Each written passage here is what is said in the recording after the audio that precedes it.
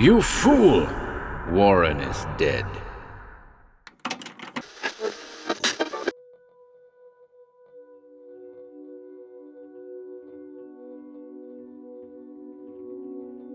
Diary Horror 3. The Doomed Right On.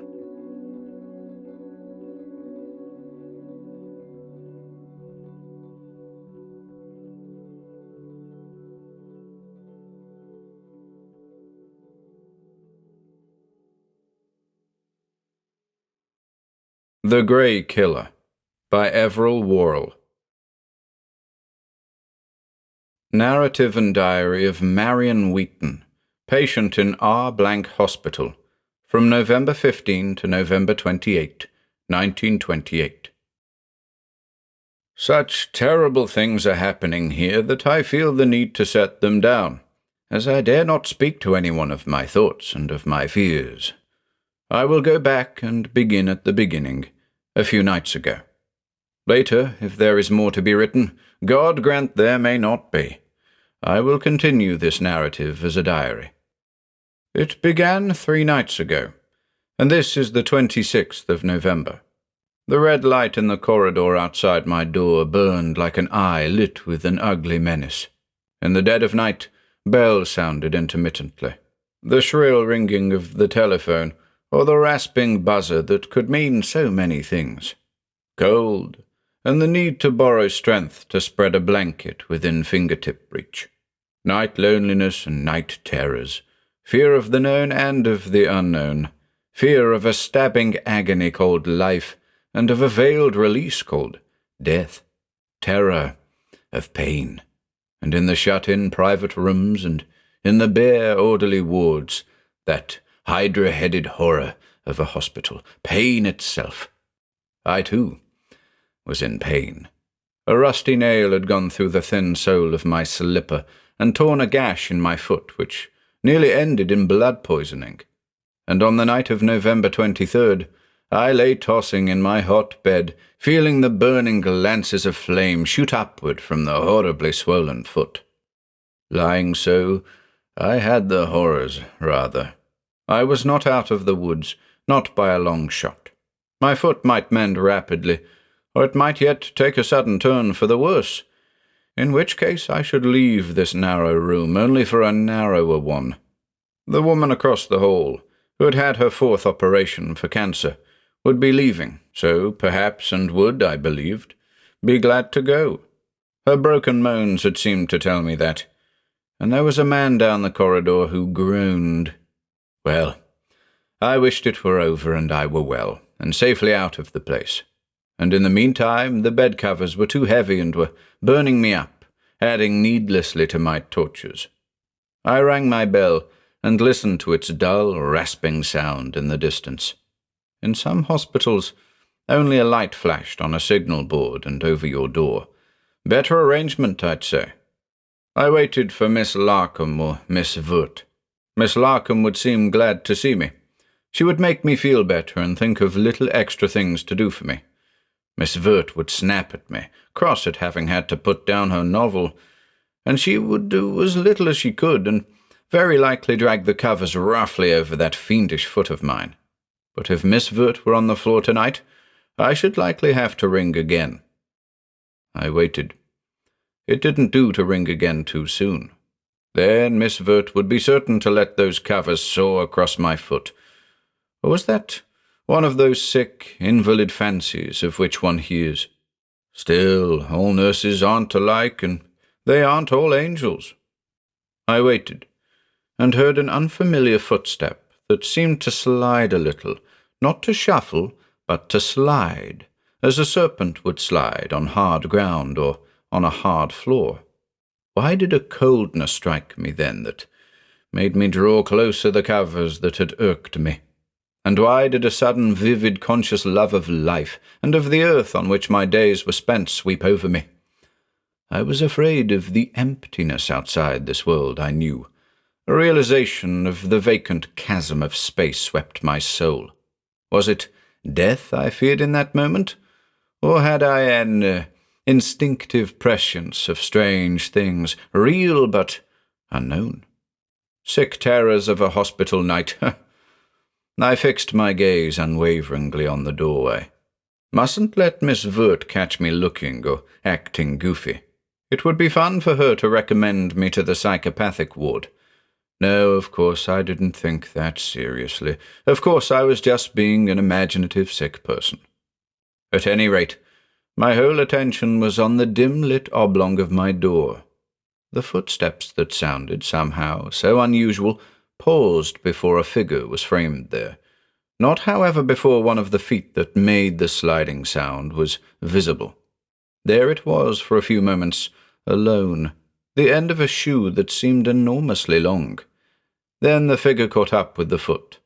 Not Miss Vert or Miss Larkham, but a man. A man dressed in grey. A man whose face, in the half-light at least, was grey. Whose face, whose form, whose way of walking I didn't like. My fingers sought the bell cord. Before they found it, however, the room was flooded with light. That seemed reassuring somehow, and I was ashamed of my panic, my flightiness, I ought perhaps to call it.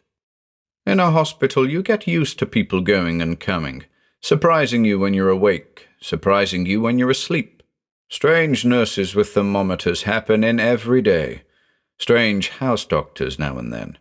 I didn't need a statement now to fit him in. I'm Dr. Zingler, the new house doctor. Haven't seen you before. I've heard you had a hard time with your foot. I came because I heard your bell, and the nurse did not answer. Miss Vert, I will send her, though I'm afraid she moves slowly. In the meantime, if it is pain, I can help you. In a reaction from the fantastic fear that had laid hold on me, I smiled warmly up at the strangely pallid face.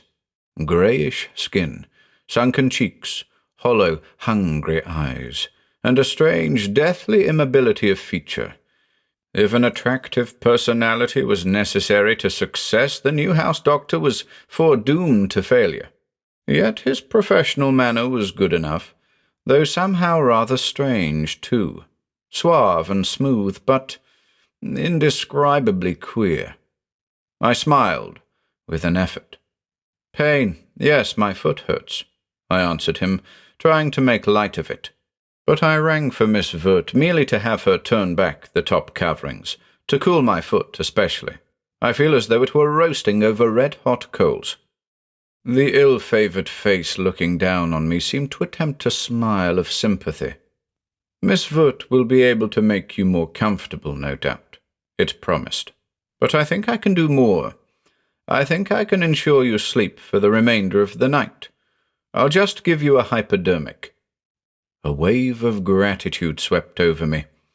I'd had a few brief intervals of forgetfulness when the pain was greatest by the administration of a hypo. Lately these had been discontinued. Complete oblivion for a few hours would be welcome now.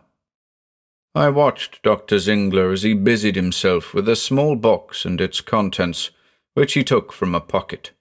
Did the man carry hypodermics and opiates always like this, ready for instant use? Generally, the doctors rang for a nurse. The hypodermic, held in a bony, long-fingered hand of the same unholy colour as Dr. Zingler's face, moved toward me. I glanced at it idly, baring my arm for the merciful prick. It was near my face as I looked at it. Heavens, how strange! Or was it due to fever that every little happening of this night took on a grotesque significance? Be that as it may, the appearance of the liquid in the hollow glass tube was violently repulsive to me. A viscid, slimy-looking yellowish white, with an overtone of that same grey colour that made the hand holding it look like the hand of a corpse. At the same moment an odour assailed my nostrils, a putrescent aroma of decay, the very essence of death embodied in a smell. The needle was approaching my arm when I drew away from it, hurled myself from it rather, forgetful of my foot, crouching in the far corner of my narrow hospital bed like a trapped animal at bay. "No, no!" I cried, my voice rising queerly. "I won't take it. I'm not in pain. I need nothing. I'll ring. I'll scream. I'll arouse the whole floor." The grey doctor, so I thought of him and shall always think of him, withdrew his hand, an expression of extreme contempt stamping his immobile features. "Of course, if you prefer to bear your pain," he shrugged, "though it hardly needed such vehemence. There's a ward for patients like you where the walls are thicker. As to arousing this floor, I think you've succeeded in your humane endeavour. Listen." I listened. God forgive me, I had succeeded. The woman with the cancer was moaning pitiably. But for the opiates given her so heavily, she would doubtless be shrieking. Down the hall, the man with the grievous hurt was groaning, delirious too. "Mary, you've come at last." "Oh, no, nurse, it's only you. She died in the accident, I remember," he wailed. And then again, "Oh, Mary, at last." Also the little boy who had had a tonsillectomy done yesterday was screaming down the hall hoarse, half-intelligible words. I buried my head beneath the covers in an agony of shame as I heard the sliding step of the doctor withdrawing. Through my door it passed and across the hall, and I heard the familiar hinge of the cancer patient's door creak. Well, perhaps he could quiet her, the new doctor. What had been the matter with me anyway? Had I been mad? Another footstep approached my door, a well-known footstep. Miss Vert's healthy, round, red face appeared like an unamiable harvest moon.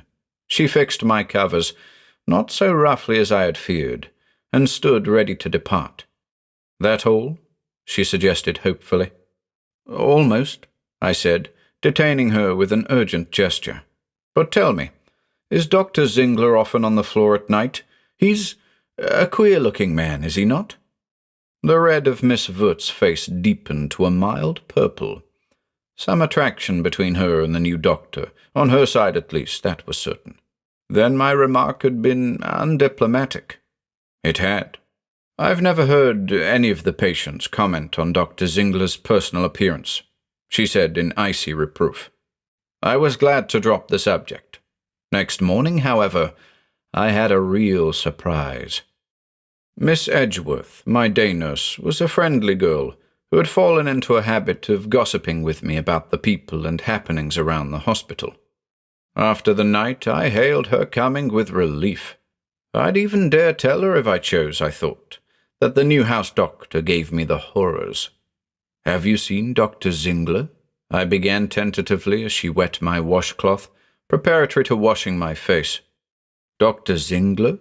she answered with a quick look of pleasure and what appeared to be a blush. "He's the kind that makes the grind go easier. Handsome too, isn't he? Or have you seen him?" "Yes." I hesitated. "I've seen him." I said no more. Surely he must hypnotize the nurses. That grey pallor, those mask-like features. Handsome! I turned my face to the wall and lay brooding. My foot was better today. I had leisure to wonder if I need feel graver concern for my mind. Last night was a nightmare, and the new handsome doctor a hideous ghoul. No, what was I thinking? Things that weren't possible. Had I fallen victim to an obsession? A hallucination? The greater part of the morning I brooded, and then I heard something that made me forget myself. The house doctor, whom I was accustomed to see on his daily rounds, Dr. Roundtree, called a little after 3. Like Nurse Edgeworth, he occasionally stayed for a short chat. Today, however, I knew at once that he had something important on his mind, something perhaps which he hesitated to speak of. "Have you heard the news about that cancer patient you've been grieving so over?" he began. "The cancer case?" I think there was horror in my voice. In my mind was a picture of a grey figure stalking, sliding in at the door behind which those hopeless moans were uttered. I think I was prepared for something gruesome, something incredibly awful, certainly not for Dr. Roundtree's next words. "It's something like a miracle, it seems," he said. You know, we don't talk about these things, but this case was really hopeless. There couldn't have been another operation, and the thing still was gnawing at her vitals. Well, it was a case for increasing opiates until the end, with the opiates losing their power to alleviate. You've heard her moaning in spite of them. But today, have you heard her? Listen. I listened. No, it was true I had not heard her. The man down the corridor still groaned. The little boy who had lost his tonsils did not cry so much. The cancer patient had been silent all the morning, as she was now. Again, I felt a recurrence of my first horror. Not dead, the word one hates even to think in a hospital. But Dr. Rowntree shook his head and made a quick gesture with his hand that he used in moments of great enthusiasm. "Oh, no," he said quickly. "So much better that we've discontinued all opiates. Fully conscious and out of pain. A miracle, positively. She had an opiate last night, she says, though it isn't down on her chart. She was semi-conscious and didn't know who gave it to her, but she had that one and hasn't needed one since, and she's stronger too. The mere cessation of pain, I suppose, has given her the will to live. If it goes on this way, her wound will heal and she'll go out in 2 weeks' time a well woman. I've never heard of such a thing." Dr. Zingler went into her room. He had wanted to give me an opiate and must have given her hers, I said. "He's rather hard to look at, isn't he?" Dr. Rowntree's face showed puzzlement. "Didn't know Zingler was on last night, but he'd leave the opiates to the nurses, I should think," he said shortly. "He'll have the patients expecting the doctors to wash their faces for them next. As to looks, you're the first girl I've heard express a contrary opinion. Most of the nurses seem to think he's an Atlantic City beauty." I tried during the rest of the long day to be glad of my neighbor's good fortune. I could not. I could only think with a kind of shrinking dread of the handsome Dr. Zingler slipping in at her door in the dead of night. Of course, it was only coincidence that the grey doctor had administered the woman's last opiate, and that the next day she had been so miraculously better. Only coincidence. Nevertheless, I inconsistently told myself that I would rather die than be miraculously cured by Dr. Zingler. Light came. Again, the red light in the darkened hall loomed sinister, ominous, and the shadows it gave were macabre. My foot was better tonight. Still a tortured thing of fire and anguish, yet definitely better. If I had rung for a sedative, which I had had upon request several times, I might have slept. But I didn't want to sleep, though I knew that sleep was necessary to my recovery. I had a horror of sleeping and waking to see a long, narrow foot pressing the threshold of my door, to see a grey figure creeping in at that door. I would have given worlds to be able to lock my door on the inside. Since that was impossible, I had it left open as usual, and kept my eye on the dull red oblong of light. Hour after hour. The man down the hall was groaning now, groaning in delirium, raving of the accident that brought him here. Not an auto smash, but a derailed train. I'd read of it. Only a few passengers hurt, but this man's wife, Mary, had been killed. He was crying her name out loud again, calling to her. His groans, they hurt. Hospital nights, awfulness of pain. Oh, why didn't someone hear and go to him? Miss Vert on duty again, of course, and reading in whatever quiet corner she spent her nights. If she heard the groan, she didn't care. Oh, why didn't someone go? And then I knew someone was going, for I heard footsteps, and they were the slow, sliding steps of Dr. Zingler. A door opened and shut. After a little, the groaning was cut off suddenly, as though a soundproof wall had intervened.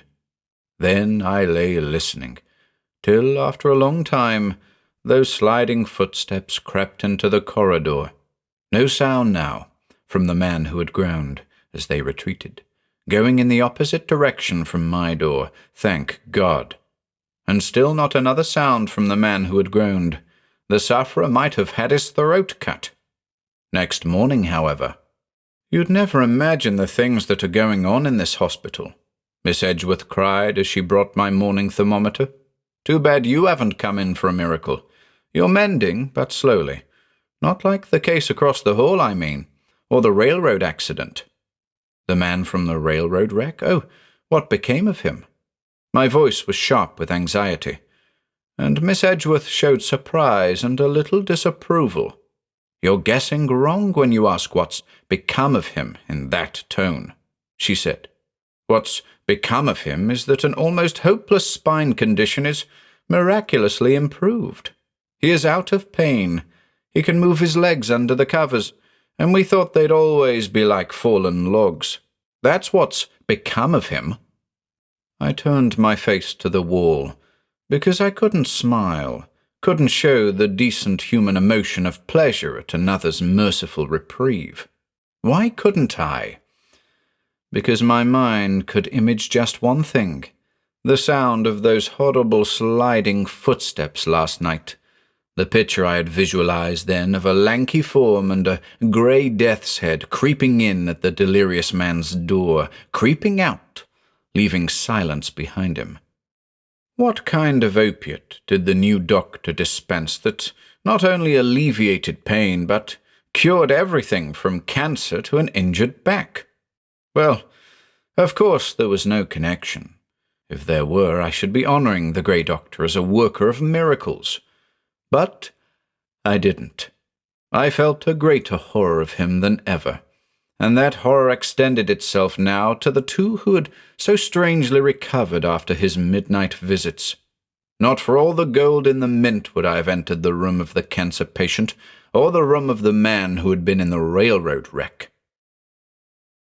The next 2 nights I slept heavily. My foot was improving more rapidly, and I was worn out with pain and with night vigils. True, I closed my eyes with a sense of surrounding peril of some queer, undreamable kind, but I closed them nevertheless, and opened them only as the winter dawn crept in at my windows. And on the second morning, I think, I must have given Miss Edgeworth a real shock. She had merely mentioned the little boy who had had his tonsils out. Rodney Penning, the little tonsillectomy case, she began. I caught her arm in a grip that must have hurt. Has he had a sudden strange improvement? I asked in a tone that rang unpleasantly in my own ears. Miss Edgeworth drew her arm away from me and passed the fingers of her other hand speculatively over her sleeve.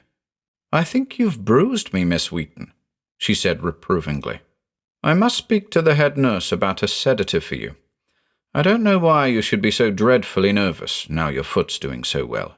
As for little Rodney Penning, I don't understand your question. Of course he's improved. Many children leave the hospital on the day of a tonsillectomy. Little Rodney is going home tomorrow. I can hardly write of the horror of that tomorrow. I can hear yet the screams of little Rodney's mother when little Rodney went home. The little lad had cried pitifully after the operation on his throat. That wound had been agony for a child to bear, but the making of it was merciful. That cutting had been done under anesthesia. There was no anesthetic when the little boy's newly healed throat was neatly cut from the outside, so that his head was nearly severed from the trunk, and a great pool of blood had washed with red, as though a careless painter had smeared his paints, the skylight over the operating room. The skylight? Yes, that was where the body was found, a shapeless black blob against the one-starred sky of early dawn. But the worst thing of all I have not yet written down. The worst thing of all was also the thing in which lay the greatest mystery. Surely little Rodney Penning had been done to death by a mad fiend, for his body was transfixed with a needle-shaped bar of iron, bearing on the pointed end a barb, suggestive of the barb of a fishhook. and to the blunter end of the bar appended a fine but strong steel cord. It was as if some maniac obsessed with the harmless sport of fishing had played at using human bait. Only if so, scarce half a mile from the hospital pounded the surf of the Atlantic. So, why did he choose the hospital roof to carry out his grim travesty? Writing this has turned me quite sick. If it had not been for this horror, I would soon be able to leave the hospital. And to tell the truth, I've conceived a horror of the whole place. The condition of my foot now permits me to get around on crutches. But they say, and my doctor says, that I am too nearly in a state of nervous collapse to permit of my discharge. And besides, an eruption has appeared on my body which has resulted from my near approach to blood poisoning, and which they say requires observation. I am on a special diet, and everyone is particularly thoughtful and considerate, even Miss Vert. But I do not see how I can get better with this horror clutching at my heart. They didn't mean to tell me, of course, but I had heard the screams of little Rodney's mother, and wormed the truth out of Black Hannah, who brings the patient's trays. I was hysterical then, and from something the house doctor, who is my friend, Dr. Rowntree, said to me, I must have said some terrible things about Dr. Zingler. Dr. Rowntree's eyes are dark and very deep, and can be very kindly and pitiful, and I know that he meant me to take what he said very seriously. Don't speak of your feeling about Dr. Zingler, Miss Wheaton, to anyone. Much better yet, never speak of Dr. Zingler at all. I wish I had friends in this city. I wish I could be moved at once to another hospital. I don't seem quite able to arrange such a thing from inside. I spoke of it to my doctor, who is a great specialist, and so, of course, very impersonal. His eyes narrowed as he answered me, and I knew that he was studying me, regarding me as a case and not as a human being. I can't order all my patients out of the hospital because of the most awful occurrence that has given you the horrors, Miss Wheaton, for I don't attribute it to any negligence on the part of the hospital officials. None of the other patients know of this thing. You gossip too much, ask too many questions for your own good, inquire too much into the goings-on around the hospital. Then I must add to that an unfortunate tendency on your part to take personal dislikes, and most unreasonable ones. Not, for instance, that it injures Dr. Zingler to have you conceive an abhorrence for him, not even that it discredits him, that you should accuse him in a hysterical fit and utterly without reason of being the fiend-killer. No, it only does you harm. The lecture went on. I turned my face to the wall.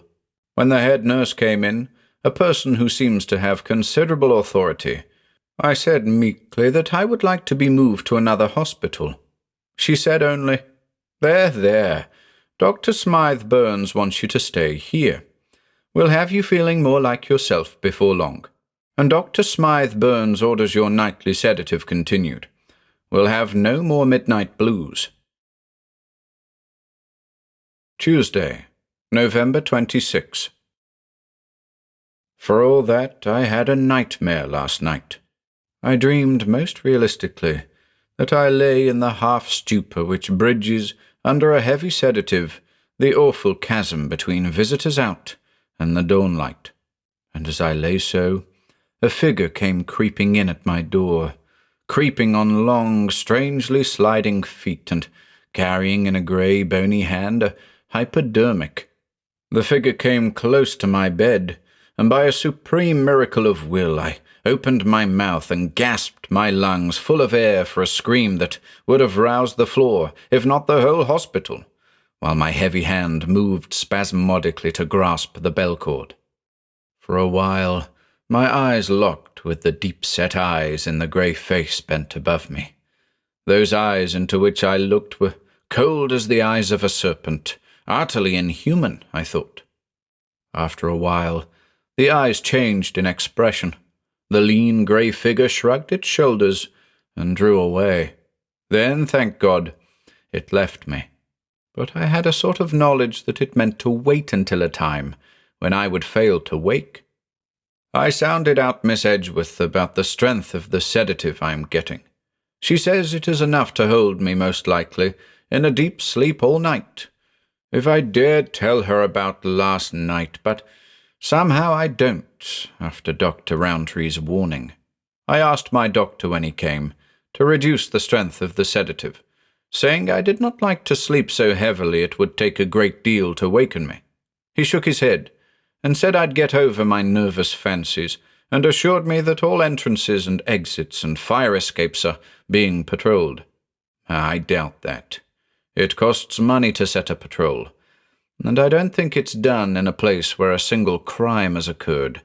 In cases of repeated horrors, I mustn't let myself think of the things that may be going to happen. But I doubt anyway if any ordinary patrol could catch the Grey Doctor. Wednesday, November 27. I made a last attempt today, and failed. I don't know why I'd hesitated to ask Dr. Roundtree's intervention. Perhaps because I like him so much. When you feel yourself sinking in a horrible morass of dread and terror, there isn't much time or energy to spare for ignoring real things. Vincent Roundtree has come to be a sort of symbol to me. A symbol of all that is sound and normal, humanly healthy, pityingly tender and strong. I think he likes me too. I've been studying myself in a hand mirror at times, wondering why he should, for the dark blue of my eyes looks too sad, with the dark blue circles worry has set beneath them. My hair is silky still and softly brown, but the natural curl has been all dragged out of it by fever and tossing, and although the eruption is not on my face is white and drawn-looking. It was late this afternoon when he stopped in for the 2 minutes' chat I look forward to, and the sunlight slanting in at my window had already the hazy tinge of an early winter sunset. "Could you do anything, Dr. Roundtree, in your capacity of house doctor?" I began. His answer put an end to my last hope. "Miss Wheaton, I've already tried. I suggested to your doctor, much more strongly than etiquette permits. Well, the situation is delicate. He is afraid of offending the hospital authorities with no reason. If you discharged him and called another doctor, the situation would be much the same. I hope you'll try to take it as calmly as you can, for really all the patients in this hospital should be very safe now. It is true that special precautions are being taken, with regard to seeing visitors out and the like." I did not answer. The hazy yellow sunlight was fading fast, and with it, my hopes. All at once a thought had definitely formed itself in my mind, that I should not leave the hospital at all, not living. I wished that I had died of blood poisoning. That is not so dreadful, not nearly so dreadful as some other things. Vincent Roundtree bridged the dark chasm of my thoughts, speaking almost shyly. "I gained just one point. Permission to take you out some evening soon in my car, in case you should consent to go. It would rest and refresh you." How grimly wrong he was in that surmise. Thursday, November 28. Another weary night has passed and morning come. A morning of driving rain and wind that howled around the hospital's corners like a banshee. It was a fit day for a culmination of horrors, though no day could be evil enough for the gruesome discoveries this day has brought forth.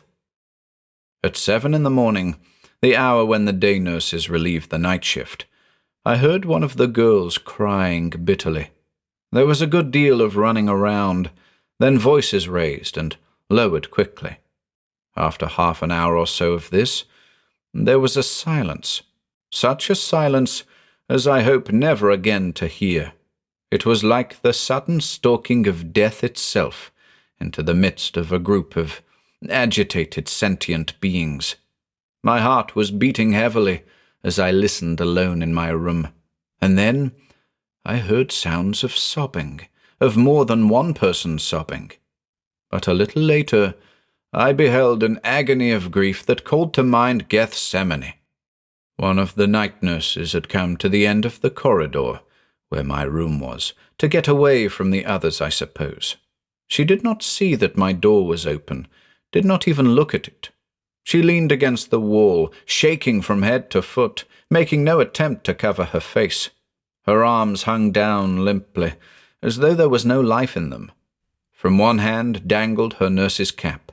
Her face was so drawn and contorted with anguish that her own mother would not have known her, and her wide eyes seemed to stare as at a spectre. No tears came to ease her soundless, shattering sobbing. When I could not stand it any longer, I called to the girl, and she came as though she were walking in her sleep, and stood in my door. "Won't you please tell me what has happened?" I begged. Still in that sleep-walking manner she answered me, her words sounding like the words of a thing that has been learned by heart. I was in charge of the night nursery. The little new babies, you know. Last night, after the last feeding, I fell asleep. Somehow I overslept, and so no one knew what has happened until the day shift came on. "And what has happened?" I prompted her, in spite of myself, my tongue sticking to the roof of my mouth. "One of the babies, the youngest little baby, a little baby 2 days old." Suddenly, a realization seemed to strike the girl. I was a patient. She was a nurse. She had said too much to stop now, but she mustn't tell me anything too dreadful. "A baby was kidnapped last night," she ended lamely. "Kidnapped? It is a terrible, dreadful thing for a little baby to be kidnapped, to disappear. But I think I know. Oh yes, I know what blacker horror the word covered. I have not forgotten little Rodney Penning. Afternoon. One of the unfortunate nurse's friends came hunting for her, and took her away, and all the weary, dreary day of driving rain, gloom was like an evil fog in the hospital. This time, no one can forget the tragedy for a moment. The nurses seldom talk together, and if they do, they seem half afraid of the sound of their own voices. One selfish thought came to give me relief, that now, perhaps, Dr. Smythe Burns would sanction my removal. Perhaps, and yet perhaps not. The web of hospital and professional etiquette is too deep for me to fathom, as it has proved too strong for me to break. In any case, Dr. Smythe Burns has not been in today, and I shall have to wait for his next visit. Another curious thing about hospital etiquette is that you can't telephone your doctor from the hospital. Anything he needs to know about you, someone else will tell him. Perhaps. At any rate, you can't. As I write, there is a congregation of doctors and nurses outside the closed door of the cancer patient across the way. A while ago I heard them gathered outside another door down the corridor. I wonder what can have happened to excite them, for I am sure they seem excited. At least, the woman who had cancer has not disappeared, nor has she had a recurrence of pain. I saw her through her half-open door this morning, eating a hearty breakfast. Those worried faces outside her door grow graver and graver. Surely this one day can bear no heavier burden of evil than it has already disclosed. I can't hear the voices across the hall. I am glad. I don't want to hear them. Those faces are too much to have seen in their worry and, yes, horror and fear again. If any more black mishaps are to be known, I want to be spared them. I have almost reached the point where I can endure no more. Now they are talking louder. I am afraid I shall hear something I don't want to hear. Dr. Fritz, we didn't dare pronounce in so grave a matter until we had your opinion, and at the same time the patient in 26, the railroad accident case. Both had made miraculous recoveries, Pitiful to end in this. But the coincidence. Her husband will be heartbroken. Hard to tell him, but there's no possible course but immediate isolation. I hardly think before tomorrow. They can be sent away tomorrow. There's a small colony. Could a cancer disappearing suddenly then take this form? Nurse, you'd make a very imaginative research scientist. Certainly not. And in his case, it was merely a railroad accident. But for both of them to have... Before writing the word that must come next, I fainted. I had written not everything that I had heard said, but as much as I had time for. At the end, I fainted. I don't know how long I have been unconscious here alone. But now I must finish, must write that horrible word. Leprosy. The grey doctor, the hypodermic filled with a strange, filthy-smelling stuff, which he intended to shoot into my veins too. Dr. Zingler, the grey doctor, the grey fiend. And I mustn't speak of these horrors, of the things I am thinking, not to anyone. My hand is shaking so that I can hardly write, and I am sobbing, dry, tearing sobs like those of the nurse this morning. But mine are not soundless as hers were. I must put this book away, for I am losing all control of myself. Someone is coming. Chart of patient Marion Wheaton, November 28, 1928. Delirious as result of recent catastrophes in hospital. Shows mental aberration as well, however, accusing one of the house doctors of horrible and fantastic crimes. Ordered detained for observation a short while. Then, failing improvement, transfer to a psychopathic institution. The house doctor who is the subject of the patient's hallucination has been kept from her presence. Dr. Roundtree is given permission to take the patient out in his car when the weather permits. Diary of Marion Wheaton, November 29, 10 p.m. I am keeping this small notebook always in the pocket of my dressing gown now. I have a feeling that it may some day furnish important evidence, perhaps after I have been locked up in an insane asylum, or perhaps after I am dead. The latter seems to be most likely. More and more as the moments pass, I feel that my life while I stay here is hanging by a thread. Removal, even to the hospital for the insane, would be merciful. I doubt if I shall live to know that mercy. This evening, Dr. Roundtree took me for the ride which was to have calmed my nerves.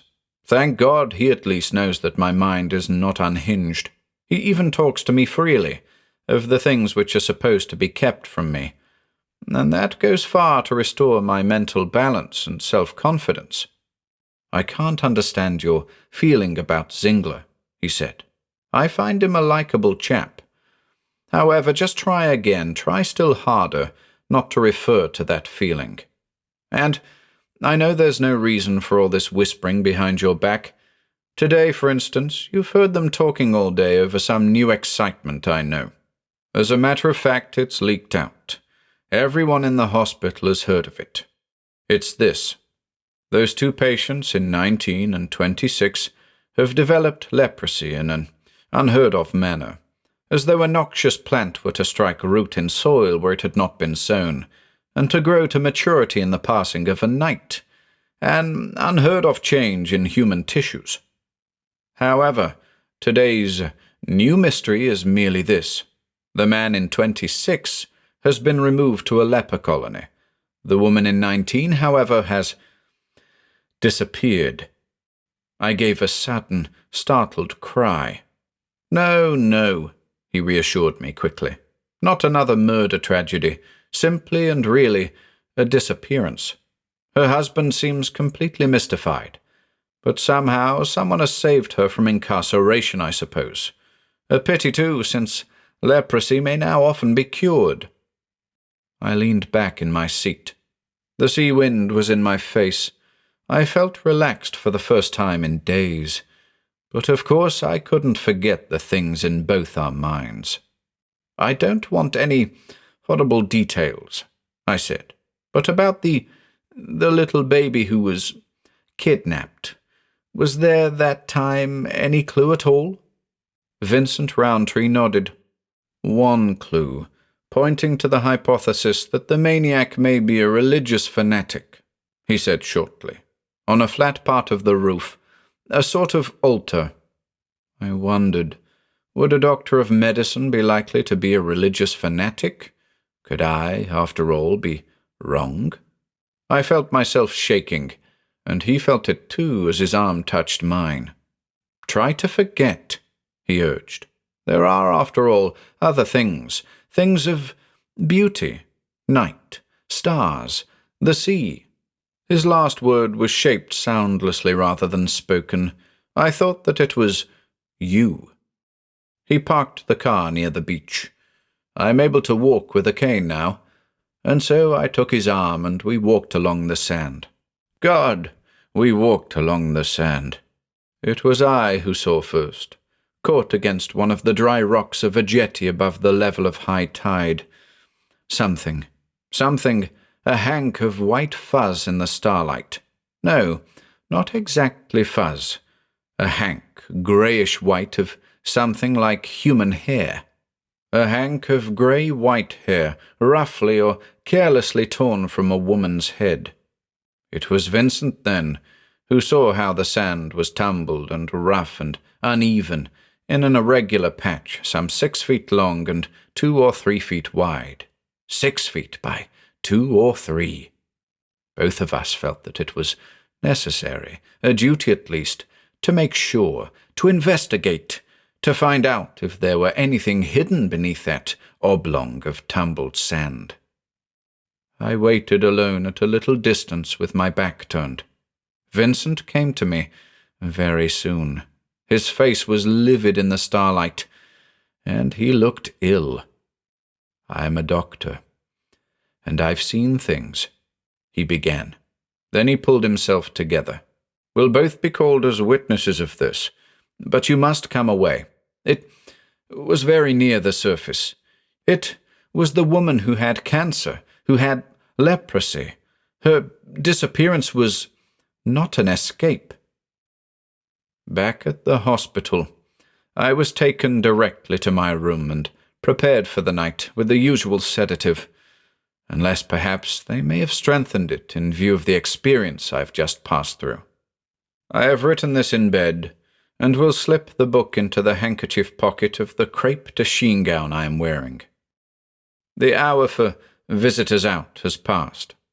The hall lights are out, except the dim light from the far end of the hall and the nearer, lurid red light that I have always disliked, as though I knew somehow that sometime I was to see by that light, a thing that would terrify me, live through in its glare something more dreadful than all that has come so far to me myself. Is tonight the night? More than ever, I'm afraid. That red light, the light of morning shining through the blood-stained skylight over the operating room on the morning when Rodney Penning lay murdered there, must have been of such a colour. I wish that I could stay awake, tonight of all nights. I wish by some happy miracle I could know that for this one night that grey figure was outside the hospital walls. Does a house doctor always sleep in? I feel that tonight I must keep awake. But can I? I cannot. I am going. Last entry in Marion Wheaton's hospital diary, written between midnight and 2 a.m. In the little time he has been gone, I have been praying for mercy. I cannot feel that my prayers will be answered. Was there mercy for little Rodney Penning? For the newborn baby taken from the nursery? Was there mercy for the woman who had cancer? There is a chance that he may overlook the small diary notebook and pencil tucked in the pocket of my nightgown with my handkerchief. In that unlikely event, This will serve as evidence. I must hurry. At any moment he will return. He is on the roof by the skylight, and I can hear him mumbling, a sort of chant. He has, then, a religious mania. But the fiend is Dr. Zingler. I waked to find him bending over me, and I waked too late. He crammed a large handkerchief into my mouth before terror had struggled through my stupor. But tonight he had no hypodermic. A large bait. It must want a larger sacrifice, he was saying, and his eyes, I swear they were not human somehow. They were as ruthlessly cruel as the eyes of a serpent. Pressing the handkerchief down my throat so that I was half strangled, he dragged me from my bed and carried me down the hall. And Miss Vert saw us. She passed by the stairs just as he started to mount them, and she saw us and started back in horror. But she made no move to help me, only shrank away. Nor has she given any alarm, for God pity me, I have been strapped to the operating table by ankles and body for fully half an hour, waiting for his return with that sharp knife he chose, before he went out and somehow reached the roof and began puttering about up there and chanting. By turns he called me a bait and a sacrifice. Yes, the grey doctor is a fiend, a mad fiend. He will butcher me here, and I shall die trying to scream with this gag in my mouth. I shall die in agony and terror unspeakable, and he will merely be locked up somewhere afterward. His voice is rising as he chants, "Soon now." He is worse than a fiend and a maniac. He is in league with supernal powers of evil. As he chanted, I saw for a little while through the skylight a thing. I can think of no word for it. It seemed to swoop down suddenly, as from a great distance, as though a monster had emerged from the cold abyss between the stars. And it was monster size, so that I saw only a little part of it, and that was a sort of huge pulsing projection which seemed to press against the skylight, and in which there was something that might have been either eye or mouth. I believe it to be both. A mouth that sees, an eye that may devour. The grey doctor must not have expected his celestial visitant quite so soon, for I heard running feet on the roof, and now I hear him outside the door of the operating room, fumbling with the lock. He had locked it after him. It will take but an instant. May God, who surely reigns supreme somewhere beyond such foul blasphemies as haunt space, have mercy on my soul. And if this testimony is accepted, do not treat Dr. Zingler as an ordinary maniac. He is... Excerpt from the testimony of Miss Vert, following her confession. Of course I knew that the grey doctor was not Dr. Zingler, though I was on night duty and Dr. Zingler was seldom on the floor at night. The stranger appeared, I didn't know how. He made love to me. I had never been noticed in that way before. Some women never are. The other nurses had affairs. I never. I let him frequent my floor against the regulations. When the first crime occurred, I did not believe it was he. A little later, I would not believe it. Still later, I was afraid of him, and afraid to confess that at such a time I had been allowing the presence on my floor at night of a man utterly unknown to me, to anyone. When he carried Miss Wheaton up the stairs, I knew, I feared, but I was afraid then to cry out. Statement of Dr. Rowntree, made before the Hospital Committee of Investigation. I am laying before the committee the confession of the Grey Killer, as he has come to be called, or the Grey Doctor, as Miss Wheaton called him.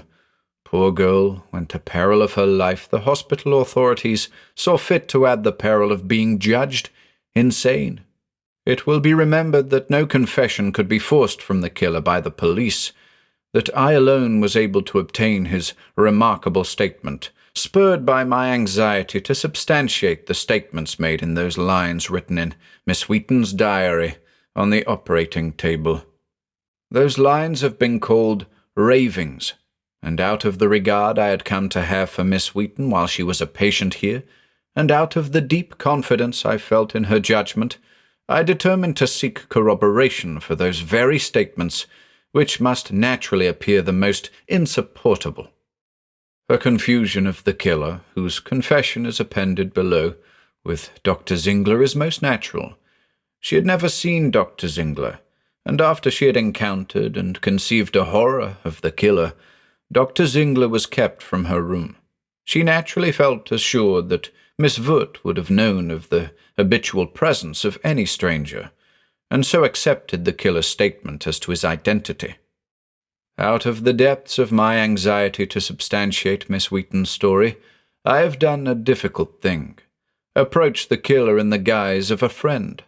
I obtained a confession, and before this confession is judged to be utterly beyond the bounds of possibility, I will ask urgently that two things be explained away: the feat of the killer, and his manner of cheating the law.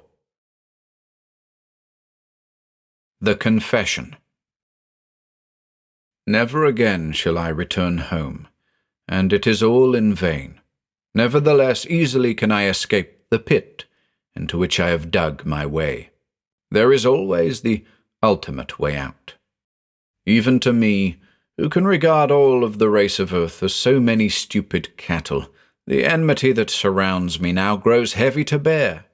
Also, why should one suffer punishment and death at the hands of inferiors? But before I enter the great oblivion, I will give my story to Dr. Rowntree, who alone has dealt with me as with a man of knowledge, and not a crazy man whose wits have gone astray. Know, then, that my home is not upon earth, but rather on Horrell, satellite which circles a sun that burns beyond the narrow limits of this galaxy.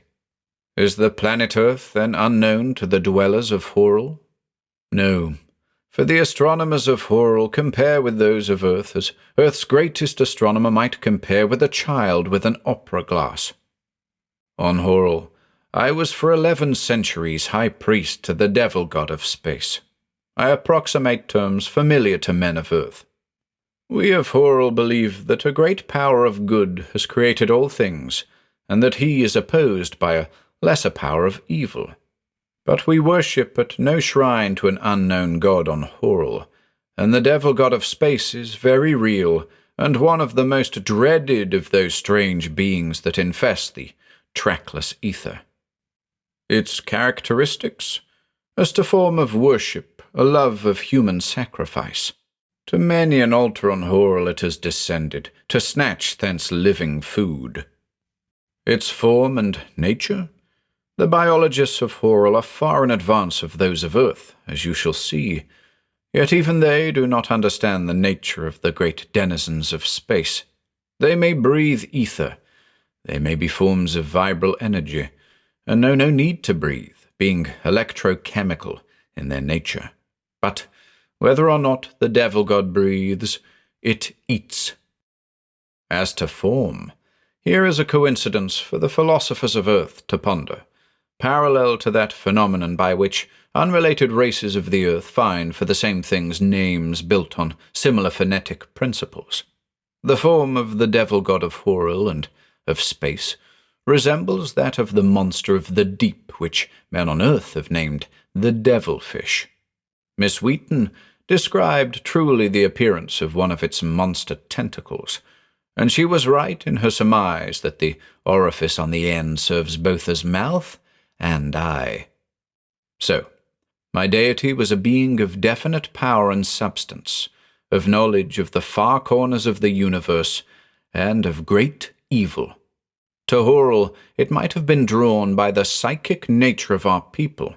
We have grown mighty in knowledge, while retaining habits common on earth only to the most primitive races. Cannibalism is practiced universally on Horrell. The devil god loves human sacrifice and the slaying of men and women. Hence, the devil god came to haunt the altars of Worrell, its temples and the hearts of its men and women. You of Earth would say that evil attracts evil. And for 11 centuries, I was its high priest. On Worrell, the only death comes by way of cannibalism, or an occasional suicide, since we have done away with accidental death. Yet, sooner or later, men on Worrell die. It is one's turn to furnish food for others, or life grows weary. So does life equalize itself among those who might otherwise become immortal, balancing knowledge and character of destructive traits perhaps, that the eternal plan of the great unknown be not thwarted. But this is not to the point. At last I offended the devil god. I stole from his altar. Well, she was beautiful, and the grey pallor of her skin was like the early dawnlight. Love is rare on Worrell, but it had me in its grip. After I had loosed her from the altar, we dared not go into the city. She would have been returned to the altar, and I should have furnished a feast for the royal family. We fled into the barren places, and the devil god, returning to its altar, saw us and overtook us in a great empty stony field. There she, the beloved, was seized and devoured before my eyes. And I... No such mercy was intended for the faithless high priest of the altar of human sacrifice. I was caught up gently in one of the monster tentacles. The wide, barren plain lit by the cold stars fell away beneath me, shrunk to the size of a handkerchief. An entire hemisphere of Worrell lay like a saucer holding the sky, then shrank too and fell away. My senses left me, and the breath of my nostrils. Then I was lying in a field on the planet Earth, which I soon recognized by the customs and types of its inhabitants, from my knowledge of schoolroom astronomy. How did I survive the journey through space? Who knows? Ask of the devil god, which has, perhaps, no words for all its knowledge. I would not starve, I, an eater of human flesh. But here another thing must be explained. On Worrell, we prepare human flesh for consumption. Countless centuries ago, our epicures evolved a taste for the flesh of leprous persons. Through constant usage, we have come to eat no other flesh, and by some physiological idiosyncrasy, our stomachs became unadapted to other flesh. I can eat non-leprous flesh, but it inflicts on me fearful pangs of nausea. Our biologists, then, developed a specific which implants a swift-growing culture of leprosy in any flesh into which it is injected, and which at the same time cures and restores all bodily tissues suffering from any other injury.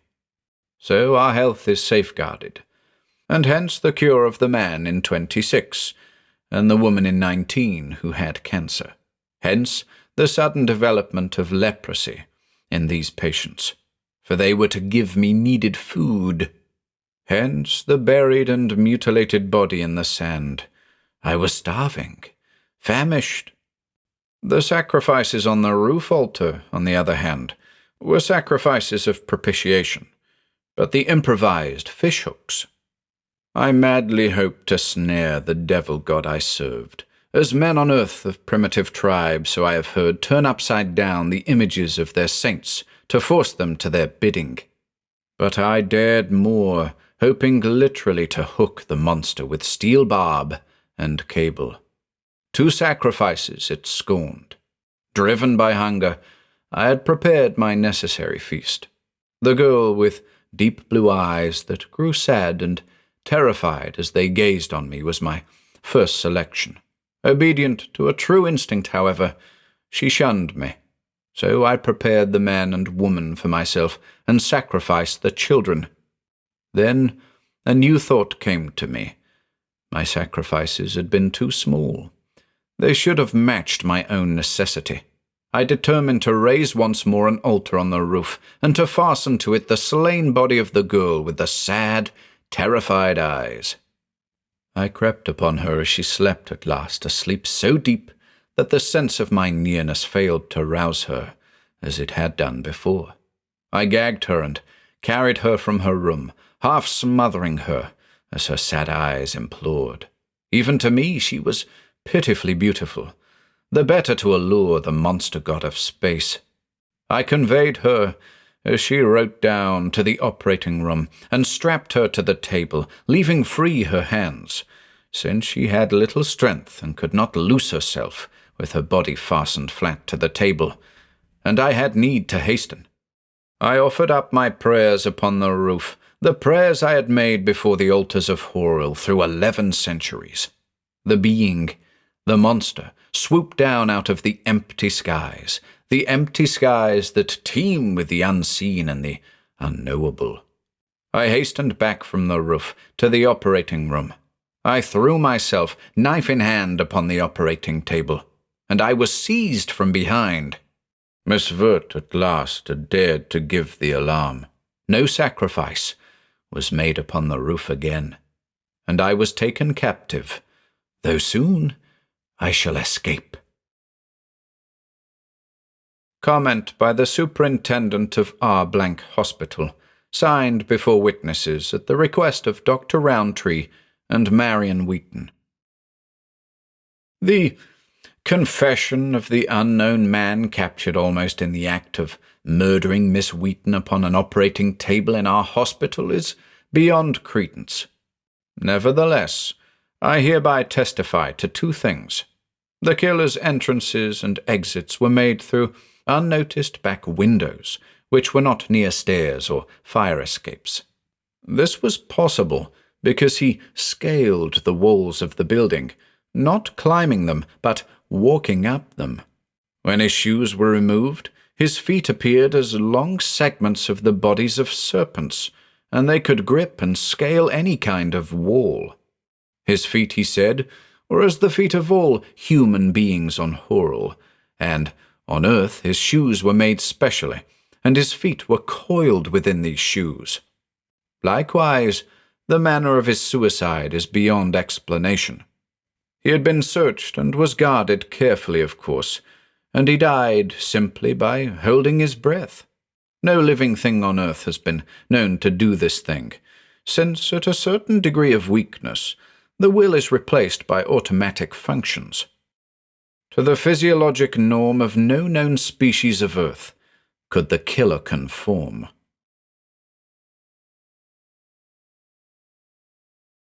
The Source of It, by Glen Malin. April 16. I must find some way of expressing myself and the truth. There is a conspiracy against me that is threatening my absolute ruin, and has left me utterly confused. This confusion, however, does not apply to those forces against me, for I know who they are. Mr. George, my competitor in the grocery business, is one of them. As I gave him the keys to my store, he tried to look grave, but inside of him there was a laughter directed against me. In his eyes was a triumph, and even in his fanged smile I could detect a terrible appetite finally appeased. He had fought me, won, and all he said was, "Rotten luck, Sam." No, I know who my enemies are. That is not what confuses me. Sometimes my wife is one of them, as her eyes quietly question and oppose me. There are things she will not say, but I know at last that she is really against me. Perhaps I am overly sensitive, but there are times when I see the hostile faces in a crowd, I feel the old bewilderment. Why are they all against me? All my life I have kept my business practices clean, my marriage pure.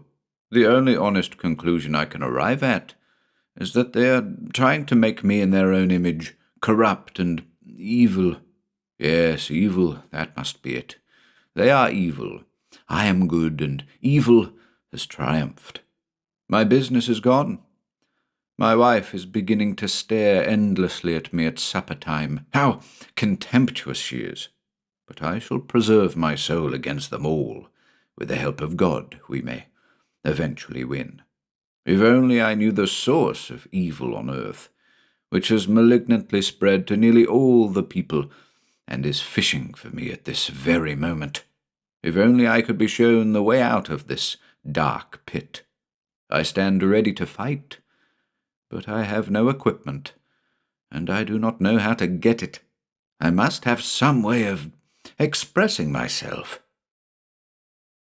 April 17. A miracle. It must have been a miracle. All last night I prayed for it, and now it is mine. I must be cautious, though, or others will detect my new powers. Today I walked all over town, in the offices, stores, bars, and on street corners, anywhere people will gather. I was going slowly, taking it easy, allowing my new talents to assert themselves. And I looked into hundreds of faces. Immediately I found the evil. The confusion is gone. God has allowed me to look beyond the flesh and bone, into the recesses of the brain. There I saw in every head a dark shadow that slithered about the brain. And when they talked, the shadow hovered about the tongue, and lies came out. "Oh, I can't go out with you tonight, George. I have some extra work at the office." And George said, "Well, all right, Doris. I'll bet you work pretty hard." Lies, all lies. But I can fight it now, and I need not fear my enemies. I did make somewhat of an error, though. Yes, in my enthusiasm, I told my wife everything, except the fact that I have super X-ray eyes. She looked incredulous for a moment. Then her face softened into almost a kindliness, reminiscent of the Kate I once knew. "Sam, this has been a strain on you, dear. You'd better get some rest." She walked over to where I was sitting, expecting me to kiss her. I saw the shadow gliding around her head, that slippery black evanescence. "Aren't you going to kiss me good night?" she said. "Lies, lies," I said, but I couldn't expect her to understand. My powers were too much for anyone to grasp. She stared at me in the same way as before, except that she bit her lower lip. "Sam, I don't know about you. You'd better get some rest. Kate isn't really so bad. Her shadow is not as large and ugly as some I have seen. But it is there, small or large. The enemy." I brushed her aside and went into the next room. At supper she did not speak a single word, but I was quick to notice the cunning glances she stole at me. All the contempt was back. I do not think she believes my powers, which is so much the better for me, but I must be more careful in the future. April 20. I am getting closer to it. I now believe the source of it is in this city. Thus far I have not found anyone whom I can work with, whose brain and soul is uncontaminated except my own. Today I thought I had found the source of it. He had the largest shadow of anyone I have yet encountered. As I wanted to study the thing, I opened the conversation, seeking to detain him. He was outwardly genial, but from my observations the really evil ones are always engaging personalities. "This one is on me," I told him. "Well, sir, I thank you," he said. But his smile didn't fool me now. The shadow was in full possession of that utterance. As he sipped, I noticed he eyed me almost casually with the hard glint of his pupils, trying to figure me out. I knew he was afraid of me. "Got to run now.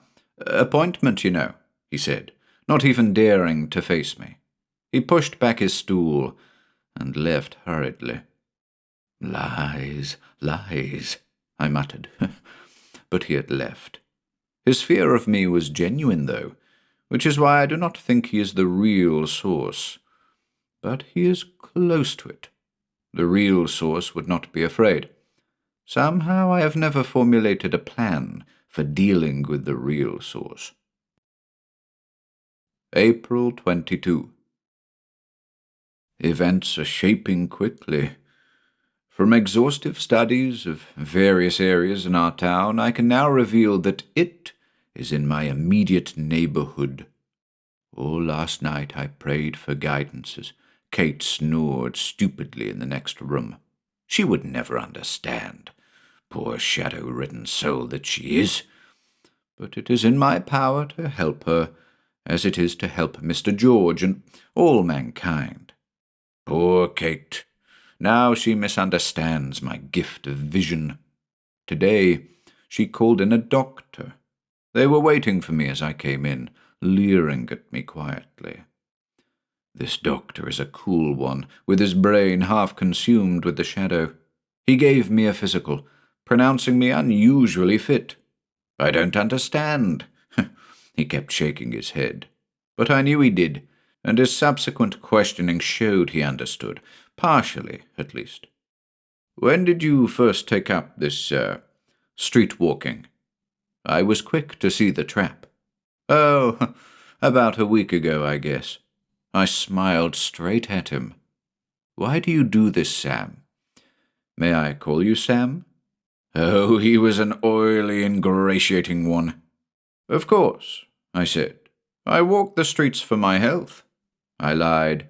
And a good cause, of course. But your wife said, he caught himself. My wife, sir, says a lot of things. The doctor then gave a shrug and moved out into our gallery. My wife had already excused herself, saying, I want to get some air. But I knew she lied, that she really wanted to have a chat with the doctor, secretly. Oh, I know they are hatching some plot against me, but it doesn't matter. I have God on my side, and with just a few more days I shall have the source of it. Just a few more days. April 26. These have been trying days. My wife has nearly undone me. Oh, I suppose I underestimated her, but I didn't think she would move so quickly. I was right about that plot on our gallery, but how could they have gotten me committed so quickly? Well, there is no use complaining now. All my previous work is undone. But there is one thing I can still do. Observe. At least, too, I am near home. This is comforting. My observations have not been so objective, due, undoubtedly, to my overwrought condition.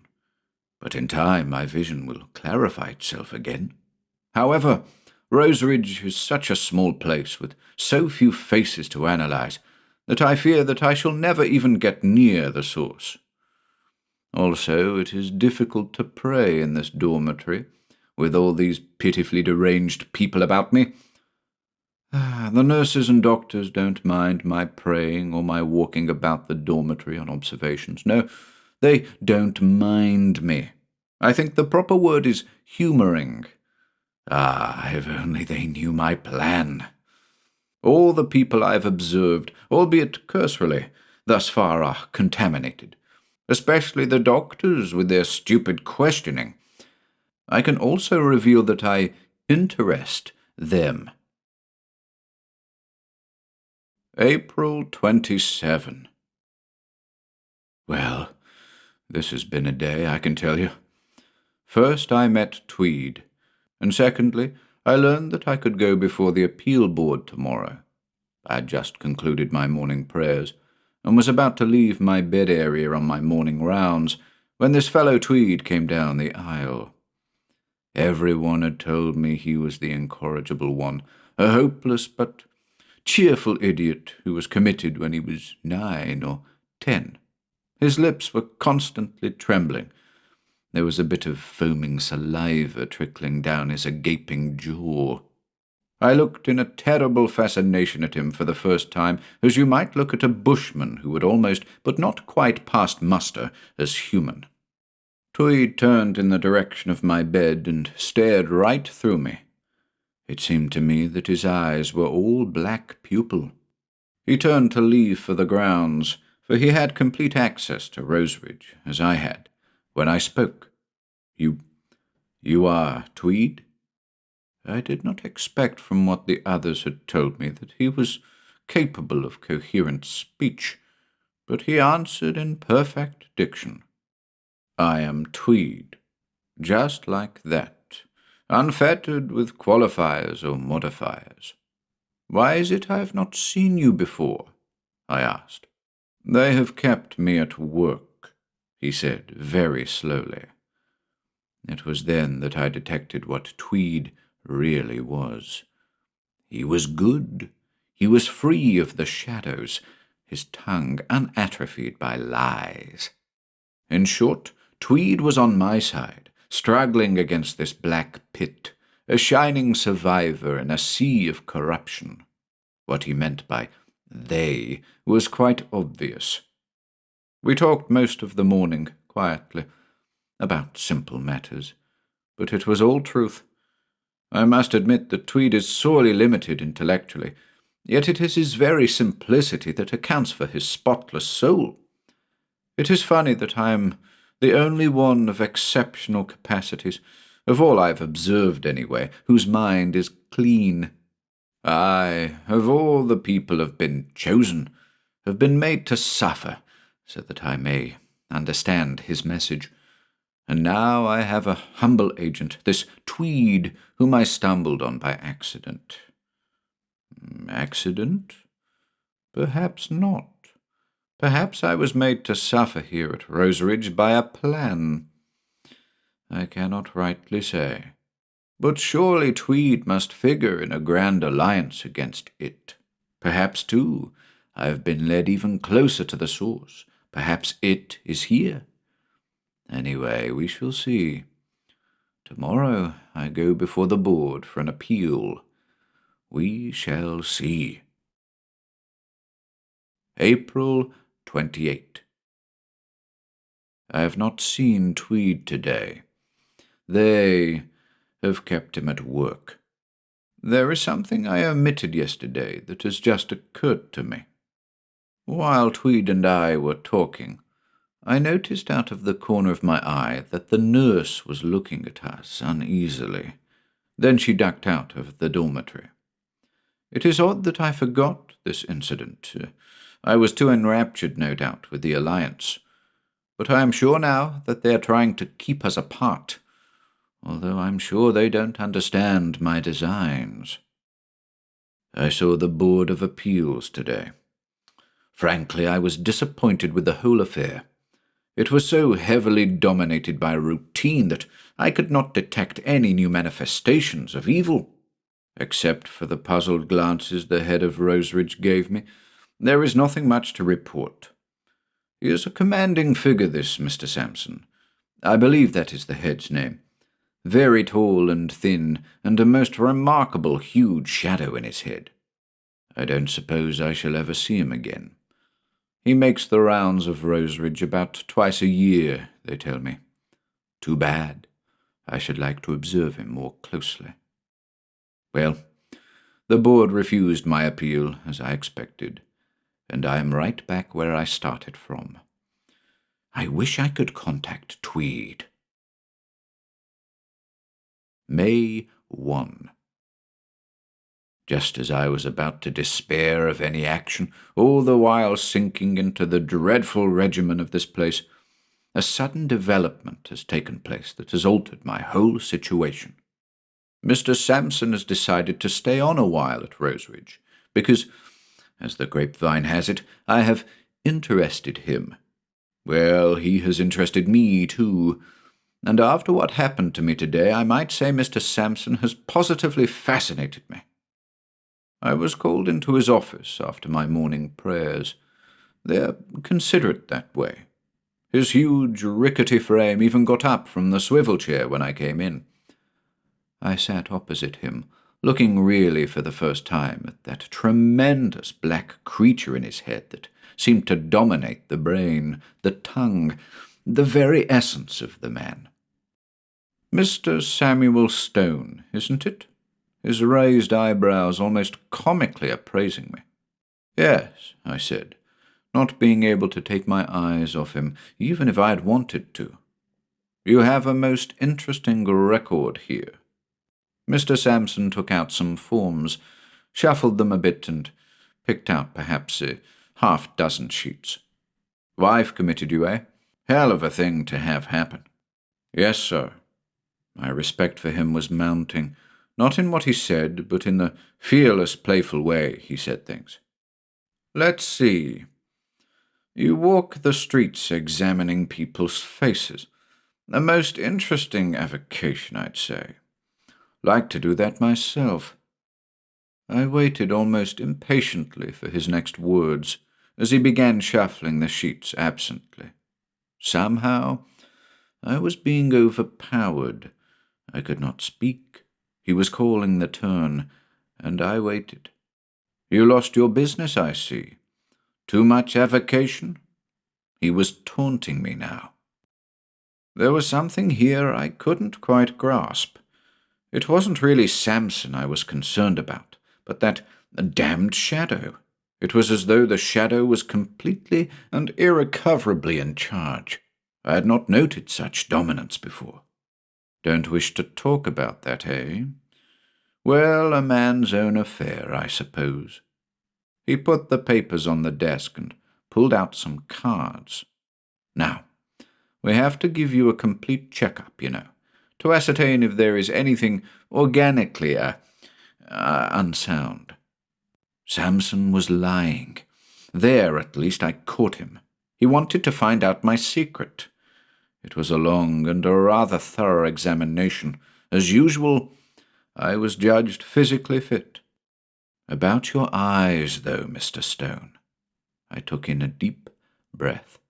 "They are quite extraordinary, you know. Most perceptive organs indeed." That was all he said about that, although you could tell he was asking me to supply him with the rest of it. But I was not that much fascinated by him. Before I left, however, Samson gave it one more try. "I'll see you tomorrow at this same time, Mr. Stone." His fingers drummed the desk as though he were trying to remember something else to say. But I caught on to that trick of his, disarming you with apparently casual remarks. I waited for it. "Ah, by the way, Mr. Stone, what do you see in those faces?" I remained silent. "Don't want to tell?" The taunting came back into his voice. As I look on that interview in a cooler perspective, I can deduce now what it had really meant. Obviously the chips are down, the lines are drawn. He will interview with a pretense of gaining helpful knowledge about me, when actually he wants to wrench my secret from me. I must not be rash or seize upon false premises, but I can safely say that Mr. Sampson is at least very close to the source of it. May 3.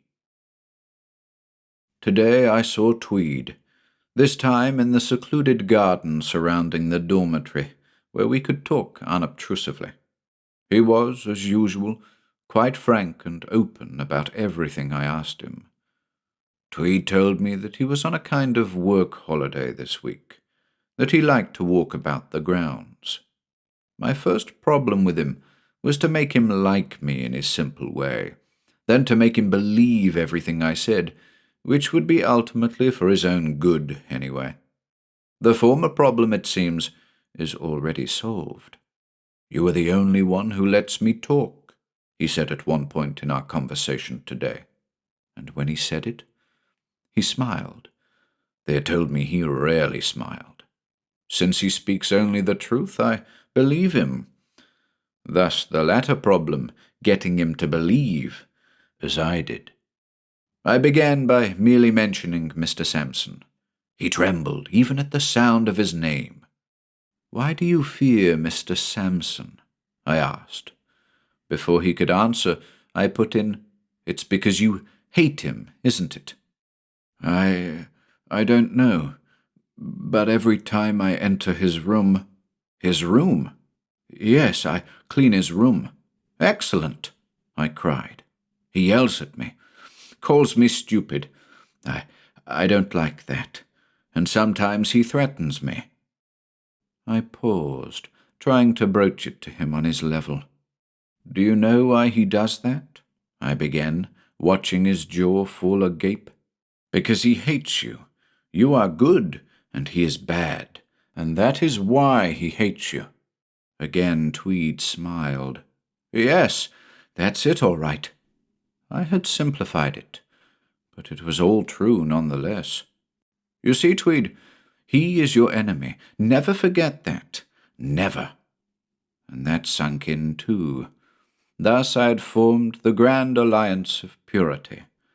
You could tell he was thinking about it as hard as his capacities would allow. I left him with that puzzled look on his face. I could use him all right. And when he had accepted the fact that he hated Sampson, there would be other things to tell him. What a stroke of luck. Tweed's being orderly of Sampson's room. Now we can gather the information we need to fight him. May 4. The interviews with Sampson have just about come to a head. He now is more direct, more insistent. Also, I believe he is a little more afraid of me. I can say that I am now no longer overwhelmed by him any more, thanks to my gift of greater vision. He asked me again today why I looked at the faces. Of course, he got no answer, as I maintained silence, continuing to stare at that all-consuming shadow of his. Perhaps I made it a little too obvious, because he caught on to my designs, partially, at least. "Stone, are you studying me?" When I didn't answer, he coloured slightly. "By God, you are. So I'm just like all the others, those on the street." "No, not at all," I blundered.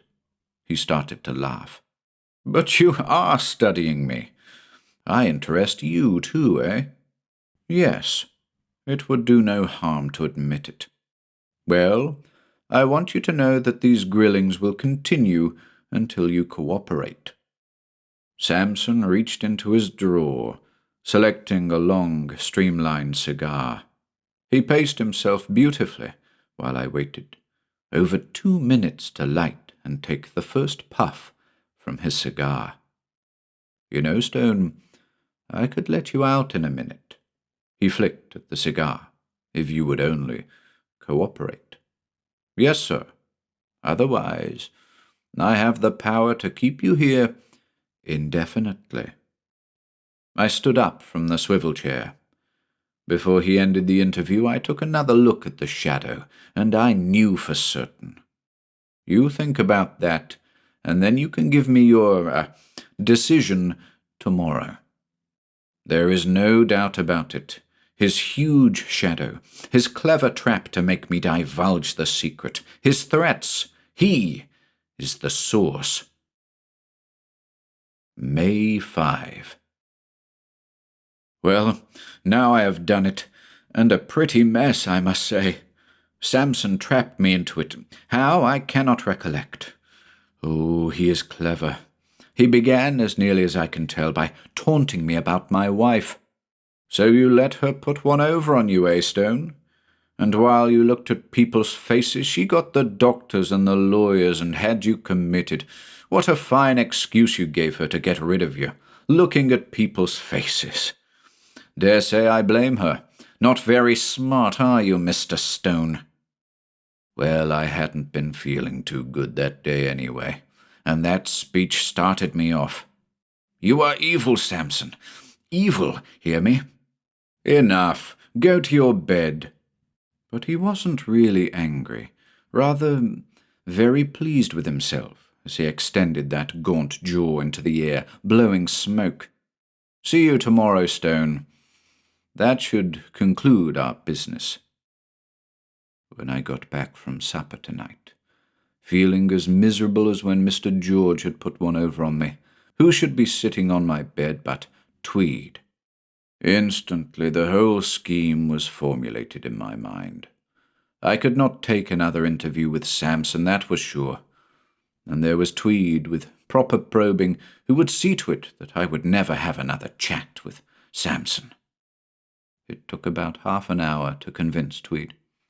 Since it was the truth, and he was one of the few in this world pure enough to understand it, Tweed was only too happy to help in our cause. When he left that night, I felt an overweening desire to shout. My mission at last was consummated. May 6.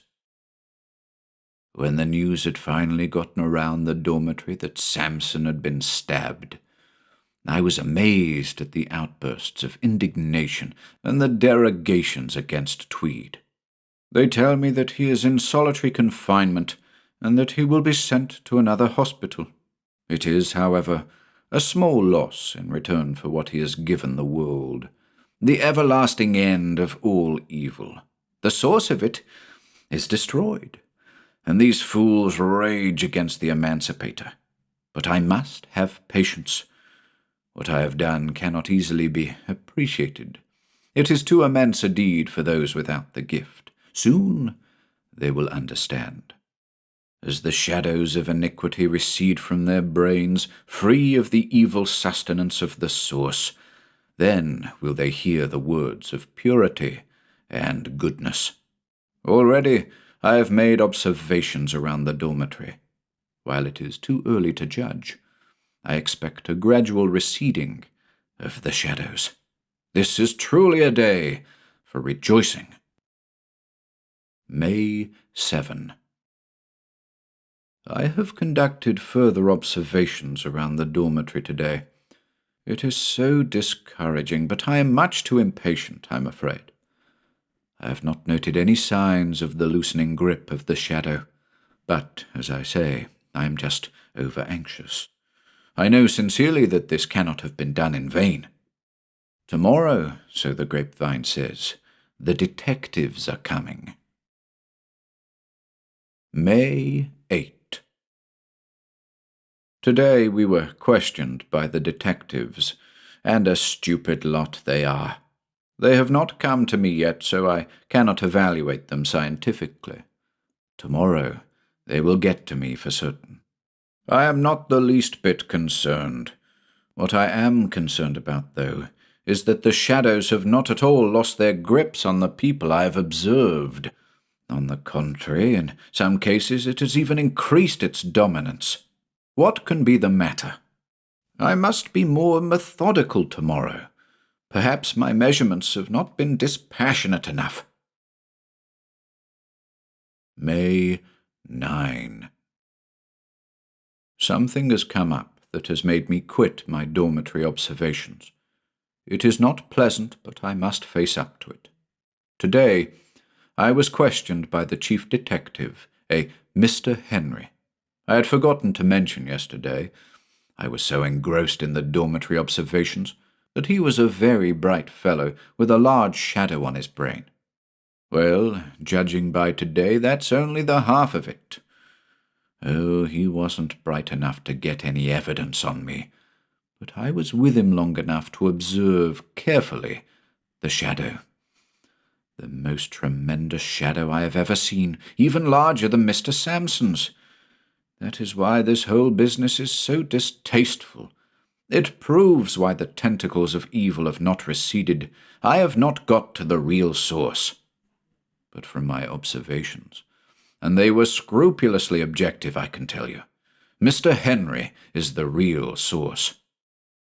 It is such a pity to lose poor Tweed in an abortive cause, but, as I said before, one must face up to it, take the bull by the horns, as it were. It is surely fortuitous, too, that Mr. Henry wants to see me tomorrow at his office. That will give me the chance I need to destroy him. Of course, I shall be apprehended, but that does not matter. considering the great service I will have rendered the world. I shall receive my just rewards in eternity from far wiser counsels. It is in this that I rejoice, and in the anticipation of my act tomorrow. I have but few regrets. Tweed is one of them, although his act was valiant. Mr. Sampson was another.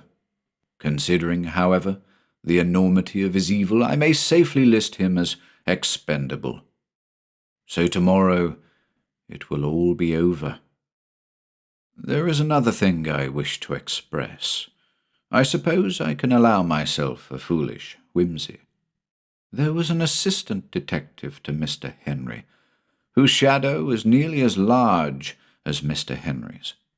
Yes, I should like to observe the assistant detective before I destroy the source. This leads me to a final comment that future historians may glean from my vast experience in this matter. Evil is rather a complex phenomenon.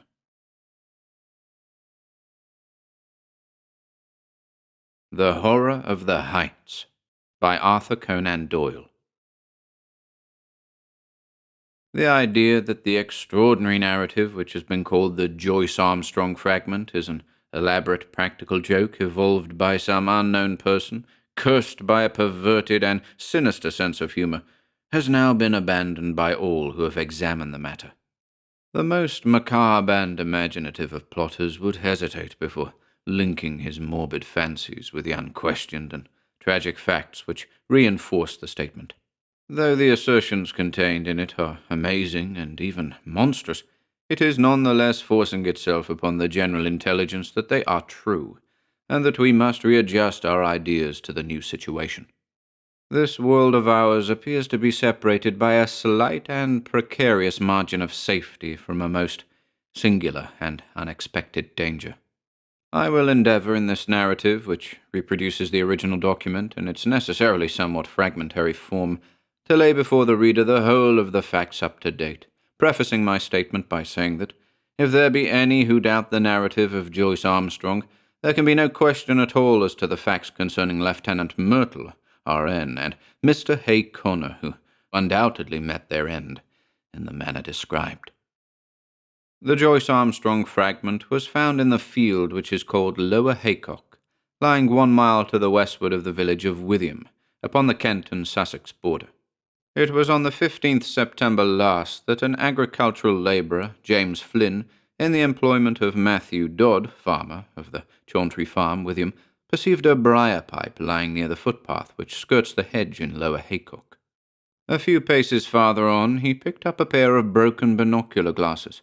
Finally, among some nettles in the ditch, he caught sight of a flat, canvas-backed book, which proved to be a notebook with detachable leaves, some of which had come loose and were fluttering along the base of the hedge. These he collected, but some, including the first, were never recovered, and leave a deplorable hiatus in this all-important statement. The notebook was taken by the labourer to his master, who in turn showed it to Dr. J. H. Atherton of Hartfield. This gentleman at once recognized the need for an expert examination, and the manuscript was forwarded to the Aero Club in London, where it now lies. The first 2 pages of the manuscript are missing. There is also one torn away at the end of the narrative, though none of these affect the general coherence of the story. It is conjectured that the missing opening is concerned with a record of Mr. Joyce Armstrong's qualifications as an aeronaut, which can be gathered from other sources and are admitted to be unsurpassed among the air pilots of England.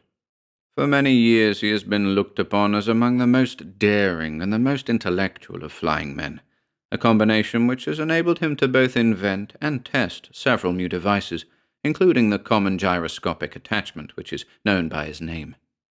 The main body of the manuscript is written neatly in ink, but the last few lines are in pencil and are so ragged as to be hardly legible, exactly, in fact, as they might be expected to appear if they were scribbled off hurriedly from the seat of a moving aeroplane. There are, it may be added, several stains, both on the last page and on the outside cover, which have been pronounced by the Home Office experts to be blood, probably human and certainly mammalian. The fact that something closely resembling the organism of malaria was discovered in this blood, and that Joyce Armstrong is known to have suffered from intermittent fever, is a remarkable example of the new weapons which modern science has placed in the hands of our detectives. And now a word as to the personality of the author of this epoch-making statement. Joyce Armstrong, according to the few friends who really knew something of the man, was a poet and a dreamer, as well as a mechanic and an inventor. He was a man of considerable wealth, much of which he had spent in the pursuit of his aeronautical hobby. He had 4 private aeroplanes in his hangars near Devizes, and is said to have made no fewer than 170 ascents in the course of last year. He was a retiring man with dark moods, in which he would avoid the society of his fellows. Captain Dangerfield, who knew him better than anyone, says that there were times when his eccentricity threatened to develop into something more serious. His habit of carrying a shotgun with him in his aeroplane was one manifestation of it. Another was the morbid effect which the fall of Lieutenant Myrtle had upon his mind. Myrtle, who was attempting the height record, fell from an altitude of something over 30,000 feet. Horrible to narrate. His head was entirely obliterated, though his body and limbs preserved their configuration. At every gathering of airmen, Joyce Armstrong, according to Dangerfield, would ask with an enigmatic smile, "And where, pray, is Myrtle's head?" On another occasion, after dinner, at the mess of the flying school on Salisbury Plain, he started a debate as to what will be the most permanent danger which airmen will have to encounter. Having listened to successive opinions as to air pockets, faulty construction, and overbanking, he ended by shrugging his shoulders and refusing to put forward his own views, though he gave the impression that they differed from any advanced by his companions. It is worth remarking that, after his own complete disappearance, it was found that his private affairs were arranged with a precision which may show that he had a strong premonition of disaster. With these essential explanations, I will now give the narrative exactly as it stands, beginning at page 3 of the blood-soaked notebook. Nevertheless, when I dined at Ross with Caselli and Gustave Raymond, I found that neither of them was aware of any particular danger in the higher layers of the atmosphere. I did not actually say what was in my thoughts, but I got so near to it that if they had any corresponding idea, they could not have failed to express it. But then they are 2 empty, vainglorious fellows, with no thought beyond seeing their silly names in the newspaper. It is interesting to note that neither of them had ever been much beyond the 20,000-foot level. Of course, men have been higher than this both in balloons and in the ascent of mountains. It must be well above that point that the aeroplane enters the danger zone, always presuming that my premonitions are correct. Aeroplaning has been with us now for more than 20 years, and one might well ask, why should this peril be only revealing itself in our day? The answer is obvious. In the old days of weak engines, when 100-horsepower Gnome or Green was considered ample for every need, the flights were very restricted. Now that 300 horsepower is the rule rather than the exception, visits to the upper layers have become easier and more common. Some of us can remember how, in our youth, Garrus made a worldwide reputation by attaining 19,000 feet, and it was considered a remarkable achievement to fly over the Alps. Our standard now has been immeasurably raised, and there are 20 high flights for one in former years. Many of them have been undertaken with impunity.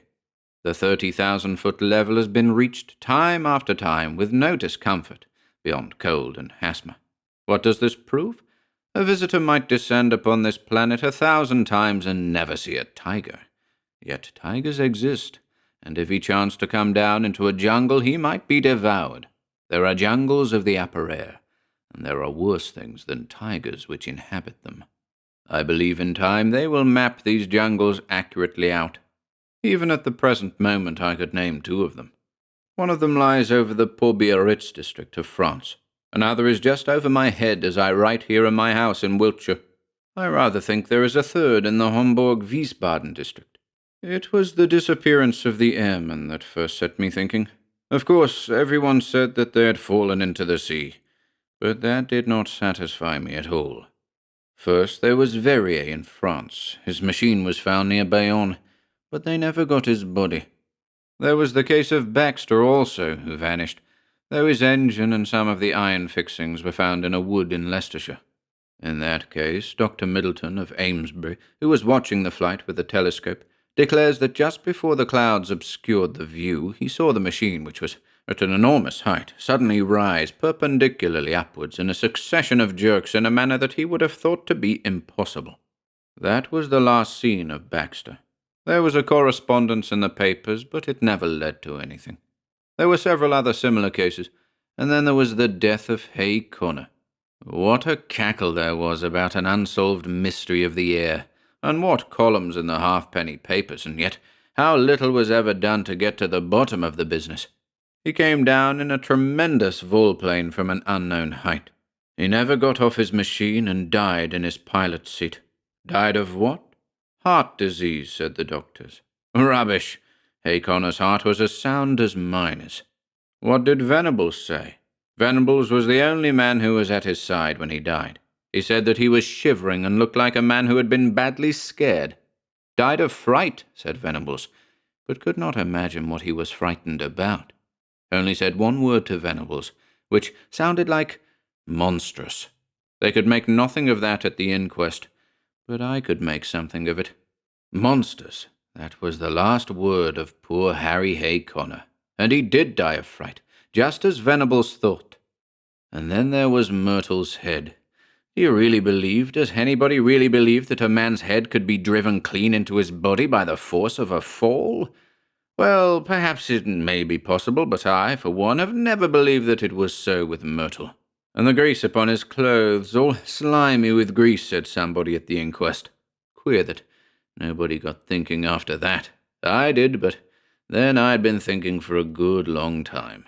I've made 3 ascents. How Dangerfield used to chaff me about my shotgun, but I've never been high enough. Now, with this new light Paul Verner machine and its 175 Rober, I should easily touch the 30,000 tomorrow. I'll have a shot at the record. Maybe I shall have a shot at something else as well. Of course, it's dangerous. If a fellow wants to avoid danger, he had best keep out of flying altogether, and subside finally into flannel slippers and a dressing gown. But I'll visit the air jungle tomorrow, and if there's anything there, I shall know it. If I return, I'll find myself a bit of a celebrity. If I don't, this notebook may explain what I'm trying to do, and how I lost my life in doing it. But no drivel about accidents or mysteries, if you please. I chose my Paul Verner monoplane for the job. There's nothing like a monoplane when real work is to be done. Beaumont found that out in very early days. For one thing, it doesn't mind damp, and the weather looks as if we should be in the clouds all the time. It's a bonny little model, and answers my hand like a tender-mouthed horse. The engine is a 10-cylinder rotary Rober, working up to 175. It has all the modern improvements, enclosed fuselage, high-curved landing skids, brakes, gyroscopic steadiers, and 3 speeds, worked by an alteration of the angle of the planes upon the Venetian blind principle. I took a shotgun with me and a dozen cartridges filled with buckshot. You should have seen the face of Perkins, my old mechanic, when I directed him to put them in. I was dressed like an Arctic explorer, with 2 jerseys under my overalls, thick socks inside my padded boots, a storm cap with flaps, and my talc goggles. It was stifling outside the hangars, but I was going for the summit of the Himalayas, and had to dress for the part. Perkins knew there was something on, and implored me to take him with me. Perhaps I should, if I were using the biplane, but a monoplane is a one-man show, if you want to get the last foot of life out of it. Of course, I took an oxygen bag. The man who goes for the altitude record without one will either be frozen or smothered, or both. I had a good look at the planes, the rudder bar, and the elevating lever before I got in. Everything was in order so far as I could see. Then I switched on my engine and found that she was running sweetly. When they let her go, she rose almost at once upon the lowest speed. I circled my home field once or twice, just to warm her up, and then with a wave to Perkins and the others, I flattened out my planes and put her on her highest. She skimmed like a swallow, downwind for 8 or 10 miles, until I turned her nose up a little and she began to climb in a great spiral for the cloud bank above me. It's all important to rise slowly and adapt yourself to the pressure as you go. It was a close, warm day for an English September, and there was the hush and heaviness of impending rain. Now and then there came sudden puffs of wind from the southwest, one of them so gusty and unexpected that it caught me napping and turned me half round for an instant. I remember the time when gusts and whirls and air pockets used to be things of danger, before we learned to put an overmastering power into our engines. Just as I reached the cloud banks with the altimeter marking 3,000, down came the rain. My word, how it poured! It drummed upon my wings and lashed against my face, blurring my glasses so that I could hardly see. I got down onto a low speed, for it was painful to travel against it. As I got higher, it became hail, and I had to turn tail to it. One of my cylinders was out of action, a dirty plug, I should imagine, but still I was rising steadily with plenty of power. After a bit, the trouble passed, whatever it was, and I heard the full, deep-throated purr, the 10 singing as one. That's where the beauty of our modern silencers comes in. We can at last control our engines by ear. How they squeal and squeak and sob when they're in trouble. All those cries for help were wasted in the old days, when every sound was swallowed up by the monstrous racket of the machine. If only the early aviators could come back to see the beauty and perfection of the mechanism which had been bought at the cost of their lives. About 9:30 I was nearing the clouds. Down below me, all blurred and shadowed with rain, lay the vast expanse of Salisbury Plain. Half a dozen flying machines were doing hack work at the 1,000-foot level, looking like little black swallows against the green background. I dare say they were wondering what I was doing up in Cloudland. Suddenly, a grey curtain drew across beneath me, and the wet folds of vapours were swirling round my face. It was clammily cold and miserable, but I was above the hailstorm, and that was something gained. The cloud was as dark and thick as a London fog. In my anxiety to get clear, I cocked her nose up until the automatic alarm bell rang, and I actually began to slide backwards. My sopped and dripping wings had made me heavier than I thought, but presently I was in lighter cloud, and soon had cleared the first layer. There was a second, opal-coloured and fleecy, at a great height above my head, a white, unbroken ceiling above, and a dark, unbroken floor below, with a monoplane labouring upwards upon a vast spiral between them. It is deadly lonely in these cloud spaces. Once a great flight of some small water-birds went past me, flying very fast to the westwards. The quick whir of their wings and their musical cry were cheery to my ear. I fancy that they were teal, but I am a wretched zoologist. Now that we humans have become birds, we must really learn to know our brethren by sight. The wind down beneath me whirled and swayed the broad cloud plain. Once a great eddy formed in it, a whirlpool of vapour, and through it, as down a funnel, I caught sight of the distant world. A large white biplane was passing at a vast depth beneath me. I fancy it was the morning mail service betwixt Bristol and London. Then the drift swirled inwards again, and the great solitude was unbroken. Just after 10, I touched the lower edge of the upper cloud stratum.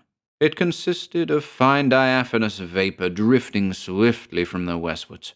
The wind had been steadily rising all this time, and it was now blowing a sharp breeze, 28 an hour by my gauge. Already it was very cold, though my altimeter only marked 9,000. The engines were working beautifully, and we went droning steadily upwards. The cloud bank was thicker than I'd expected, but at last it thinned out into a golden mist before me, and then in an instant I had shot out from it, and there was an unclouded sky and a brilliant sun above my head, all blue and gold above, all shining silver below, one vast, glimmering plain as far as my eyes could reach. It was 10:15 o'clock, and the barograph needle pointed to 12,800. Up I went and up, my ears concentrated upon the deep purring of my motor, my eyes busy always with the watch, the revolution indicator, the petrol lever, and the oil pump. No wonder aviators are said to be a fearless race. With so many things to think of, there is no time to trouble about oneself. About this time, I noted how unreliable is the compass when above a certain height from Earth. At 15,000 feet, mine was pointing east and a point south. The sun and the wind gave me my true bearings. I had hoped to reach an eternal stillness in these high altitudes, but with every 1,000 feet of ascent the gale grew stronger. My machine groaned and trembled in every joint and rivet as she faced it, and swept away like a sheet of paper when I banked her on the turn, skimming downwind at a greater pace perhaps than ever mortal man has moved. Yet I had always to turn again and tack up in the wind's eye, for it was not merely a height record that I was after. By all my calculations, it was above Little Wiltshire that my air jungle lay, and all my labour might be lost if I struck the outer layers at some farther point. When I reached the 19,000-foot level, which was about midday, the wind was so severe that I looked with some anxiety to the stays of my wings, expecting momentarily to see them snap or slacken. I even cast loose the parachute behind me, and fastened its hook into the ring of my leathern belt, so as to be ready for the worst. Now was the time when a bit of scamped work by the mechanic is paid for by the life of the aeronaut. But she held together bravely. Every cord and strut was humming and vibrating like so many harp strings, but it was glorious to see how, for all the beating and the buffeting, she was still the conqueror of nature and the mistress of the sky. There is surely something divine in man himself that he should rise so superior to the limitations which creation seemed to impose, rise too by such unselfish, heroic devotion as this air conquest has shown. Talk of human degeneration! When has such a story as this been written in the annals of our race?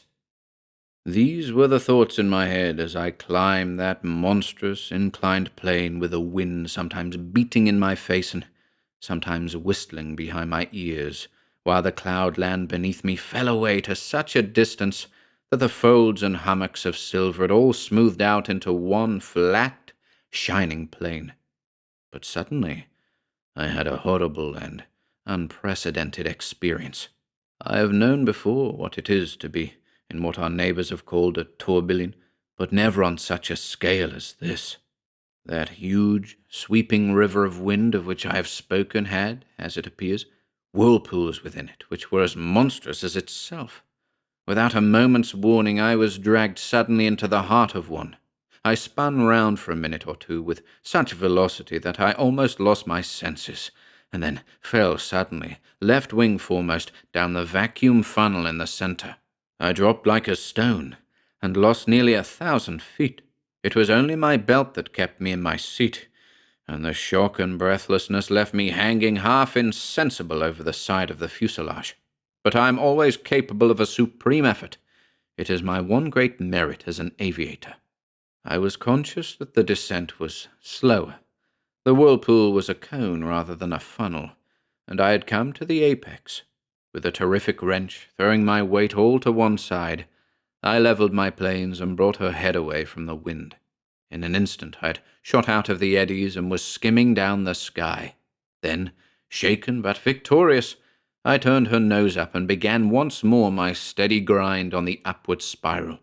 I took a large sweep to avoid the danger spot of the whirlpool, and soon I was safely above it. Just after 1 o'clock I was 21,000 feet above the sea level. To my great joy I had topped the gale, and with every 100 feet of ascent the air grew stiller.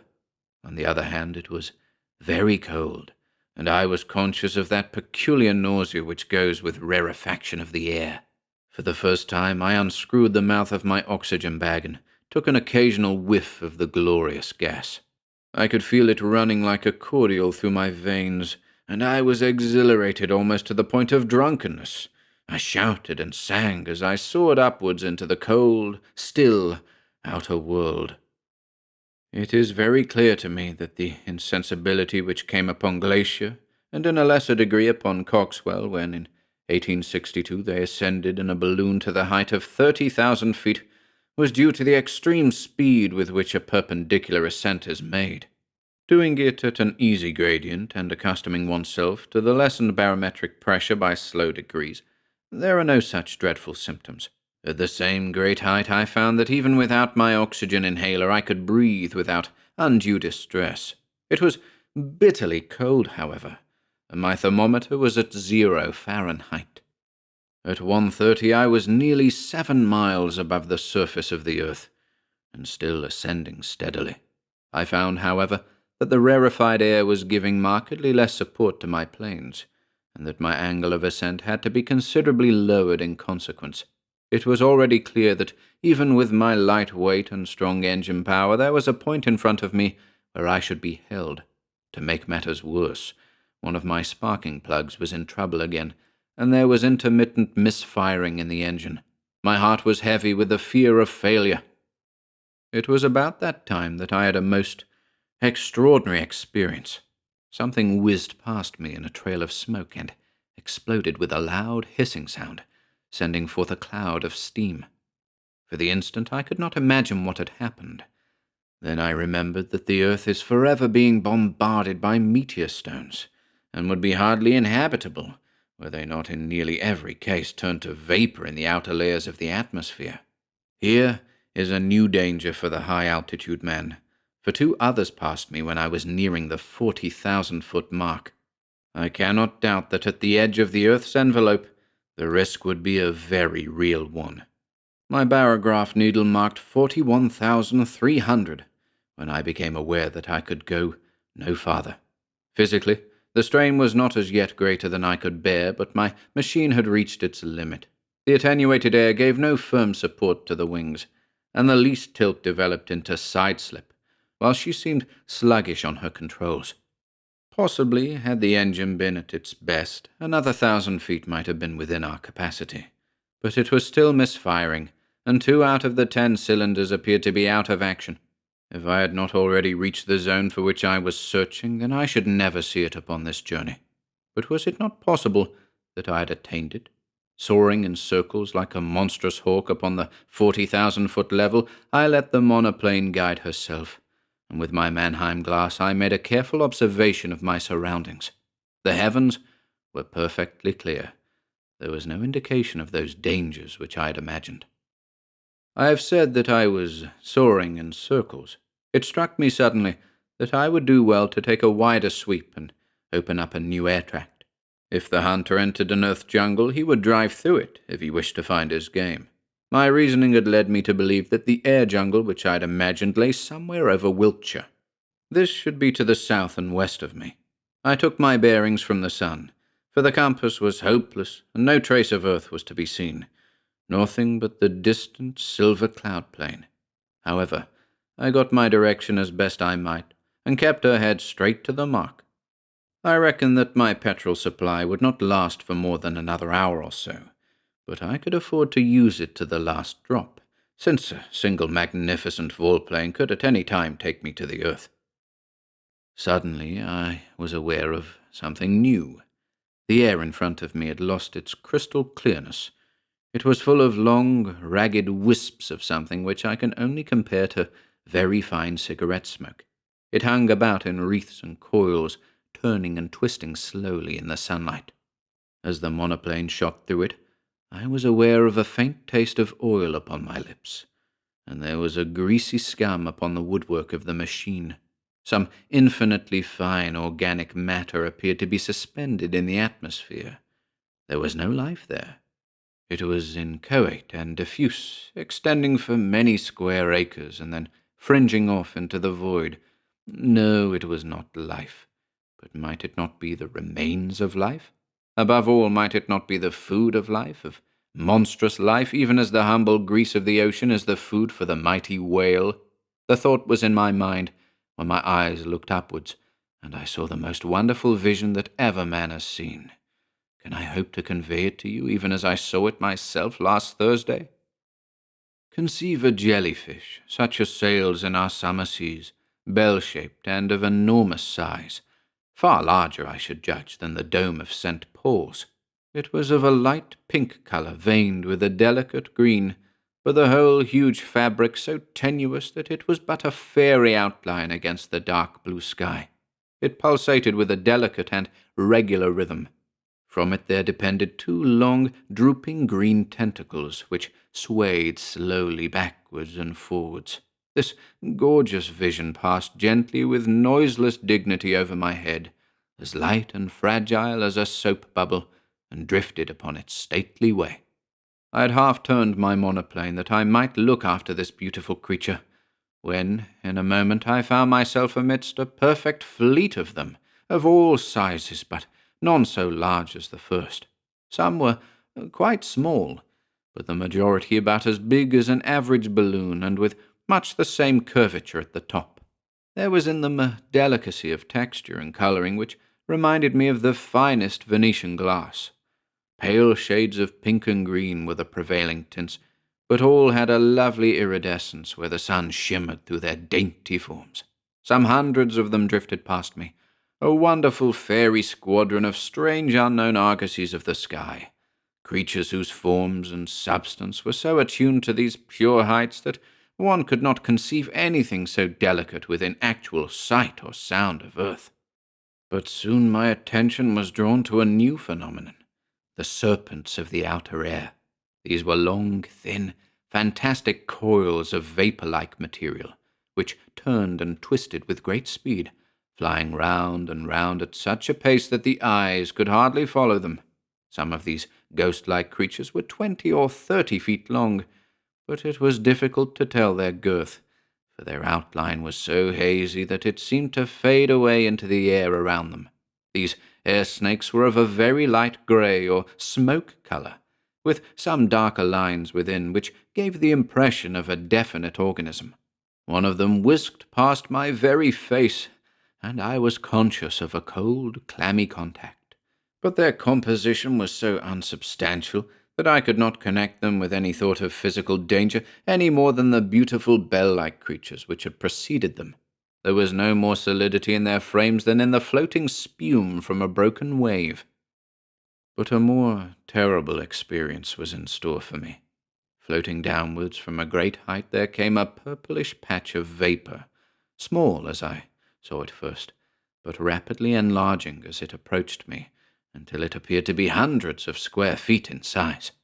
Though fashioned of some transparent jelly-like substance, it was none the less of much more definite outline and solid consistence than anything which I had seen before. There were more traces, too, of a physical organization, especially two vast, shadowy, circular plates upon either side, which may have been eyes, and a perfectly solid white projection between them, which was as curved and cruel as the beak of a vulture. The whole aspect of this monster was formidable and threatening, and it kept changing its colour from a very light mauve to a dark, angry purple so thick that it cast a shadow as it drifted between my monoplane and the sun.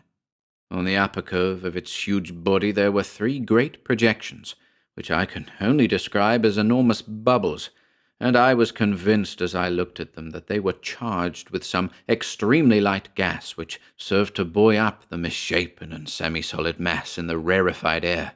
The creature moved swiftly along, keeping pace easily with the monoplane, and for 20 miles or more it formed my horrible escort, hovering over me like a bird of prey which is waiting to pounce. Its method of progression, done so swiftly that it was not easy to follow, was to throw out a long, glutinous streamer in front of it, which in turn seemed to draw forward the rest of the writhing body. So elastic and gelatinous was it that never for 2 successive minutes was it the same shape, and yet each change made it more threatening and loathsome than the last. I knew that it meant mischief. Every purple flush of its hideous body told me so. The vague, goggling eyes, which were turned always upon me, were cold and merciless in their viscid hatred. I dipped the nose of my monoplane downwards to escape it.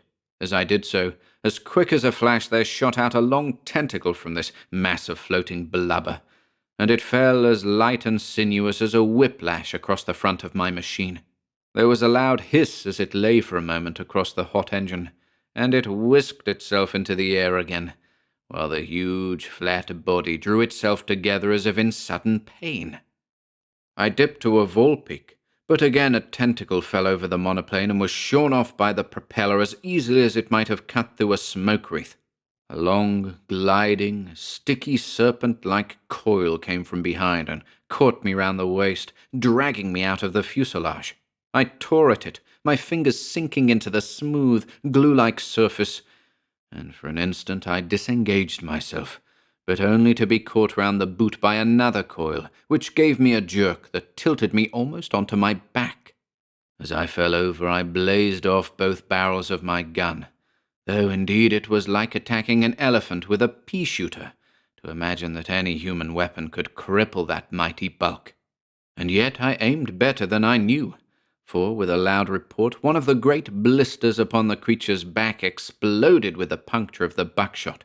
It was very clear that my conjecture was right, and that these vast, clear bladders were distended with some lifting gas, for in an instant the huge cloud-like body turned sideways, writhing desperately to find its balance, while the white beak snapped and gaped in horrible fury.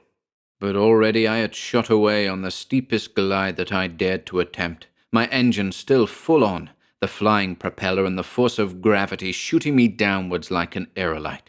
Far behind me, I saw a dull, purplish smudge growing swiftly smaller and merging into the blue sky behind it. I was safe out of the deadly jungle of the outer air. Once out of danger, I throttled my engine, for nothing tears a machine to pieces quicker than running on full power from a height.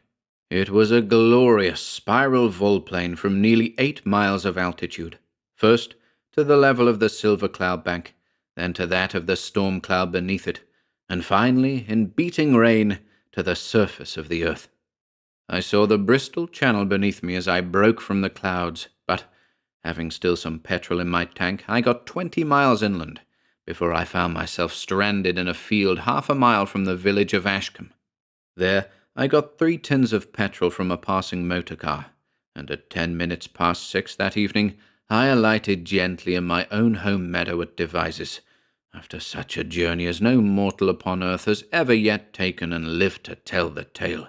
I have seen the beauty, and I have seen the horror of the heights, and greater beauty or greater horror than that is not within the ken of man. And now it is my plan to go once again before I give my results to the world. My reason for this is that I must surely have something to show by way of proof before I lay such a tale before my fellow men. It is true that others will soon follow and will confirm what I have said, and yet I should wish to carry conviction from the first. Those lovely iridescent bubbles of the air should not be hard to capture. They drift slowly upon their way, and the swift monoplane could intercept their leisurely course. It is likely enough that they would dissolve in the heavier layers of the atmosphere, and that some small heap of amorphous jelly might be all that I should bring to earth with me. And yet something there would surely be by which I could substantiate my story. Yes, I will go, even if I run a risk by doing so. These purple horrors would not seem to be numerous. It is probable that I shall not see one. If I do, I shall dive at once. At the worst, there is always the shotgun, and my knowledge of... Here, a page of the manuscript is unfortunately missing. On the next page is written in large, straggling writing, 43,000 feet. I shall never see earth again. They are beneath me, 3 of them. God help me, it is a dreadful death to die. Such, in its entirety, is the Joyce Armstrong statement. Of the man nothing has since been seen. Pieces of his shattered monoplane have been picked up in the preserves of Mr. Bud Lushington upon the borders of Kent and Sussex, within a few miles of the spot where the notebook was discovered. If the unfortunate aviator's theory is correct, and this air jungle, as he called it, existed only over the southwest of England, then it would seem that he had fled from it at the full speed of his monoplane, but had been overtaken and devoured by these horrible creatures at some spot in the outer atmosphere, above the place where the grim relics were found. The picture of that monoplane skimming down the sky, with the nameless terrors flying as swiftly beneath it and cutting it off always from the earth while they gradually closed in upon their victim, is one upon which a man who valued his sanity would prefer not to dwell. There are many, as I am aware, who still jeer at the facts which I have here set down, but even they must admit that Joyce Armstrong has disappeared, and I would commend to them his own words. This notebook may explain what I am trying to do, and how I lost my life in doing it. But no drivel about accidents or mysteries, if you please. The Silver Knife by Ralph Allen Lang. When Ross Nagel returned in less than a fortnight from his first manhunt in the uniform of a Northwest mounted policeman, it was a matter of surprise to all who witnessed his return to barracks. It was not that anyone doubted his ability, for he came to the Mounties with an enviable service record in His Majesty's troops in the Far East. The surprise was due to the fact that he had been assigned to the trail of Wolf Dahlgren, a veritable wolf of the north, whose familiar ground constituted no less than 1,000 square miles of frozen waste. Still more surprise was the post commander when Nagel, in making his report, laid before him a package containing 2 curious articles. The first of these was well calculated to inspire the astonishment with which the inspector regarded it. It was a knife of falchion shape, with a wicked curve at the point that suggested the purpose for which it had originally been made, a sacrificial knife. In the eyes of the inspector, this impression was further confirmed by the material of which it was made, beaten silver, and by the pair of great twin rubies that ornamented the hilt. He had once seen a knife almost exactly similar to it while attached as guard to an expedition excavating the ruins of an ancient temple of Dagon. But what could such a knife, with its priceless inset gems, be doing here in the Arctic wastes of North America? Only one explanation presented itself to the puzzled mind of the inspector, that it had been brought by an immigrating Old World tribe in some dim period of history when the continents were still connected by a strip of land. A remnant of this tribe might conceivably still exist in the unexplored regions of the north, the sacred knife having been handed down from generation to generation. How had Wolf Dahlgren gained possession of it while under pursuit by the Mounties on a murder charge? He turned his attention to the other article on the desk, a small, leather-bound notebook, in hopes that it might furnish an explanation. It was in good condition, except for bloodstains on the cover, legibly written, and the inspector leaned back to read. The first entry was dated 2 weeks previously. December 3rd. With this entry I begin another diary, one of a long series, written to be destroyed, that have solaced the loneliness of 3 years spent on Arctic trails. It is lonely here in camp tonight, with the nearest white settlement 200 miles away, and a hard day's trailing from the native village where I passed the last week. If luck stays with me, this will be my last trek through this bitter, accursed country, and luck at last is coming my way. After 3 years of freezing, starving, and murdering miserable creatures for contemptible amounts, luck puts me in possession of a treasure more valuable than any gold mine in the north. The simple Indian fools who use the silver knife in their sacrificial service could have no idea of the value of the great rubies in its hilt. To them, it is merely a religious relic handed down from long-forgotten ancestors. To me, it is freedom, life, luxury, the silver key of desire. It is right and just that I should have the knife, who have so much better use for it than any old sachem ever put it to. They will not have missed it until twilight tonight, and no Indians will cover as much trail in 2 days as the one I have left behind me today. In less than 2 weeks, I will hit the seacoast, then for a ship to the States, and the Mounties can have their north. December 4th. Another good day's trailing, bettering perhaps the distance made yesterday. Nothing of interest has occurred, and I have seen no living thing except a skulking timber wolf. It is remarkable in that it is the largest I have ever seen, a great, shaggy brute standing inches higher than any of my huskies, and it seems to be following me. Doubtless it is beginning to feel the pinch of winter hunger. December 5th. An astounding thing occurred last night, unparalleled in all of my experience in the north. An attack by a wolf or wolves on a camp protected by an open fire. It was well after midnight, and due to the fact that I was sleeping more soundly than usual, the fire had subsided almost into a bed of coals when I was jarred awake by a sharp yelp from the dogs, followed by the snarling fury of a fight. It could not be called a fight either, for the wolf, or wolves were gone again into the night as swiftly as they had come, and I had only a brief glimpse of one shaggy giant as he faded into the obscurity of the darkness. But brief as the engagement was, its effect was devastating to my team, the lead dog having been literally torn to ribbons and another slashed on the shoulder. As a consequence, I was able to make but poor time today, and I had trouble constantly with the dogs, so demoralized is their condition. What puzzles me is that the attackers seem to make no effort to obtain food, but I suppose that my awakening frightened them away. I have seen the lone wolf several times today, dogging my trail at an uncomfortably close distance. On one occasion, I was close enough to see his devilish fangs as he stood and snarled his hatred. 2 clear shots I had at him before he retreated, and I am unable to explain how I could have missed him.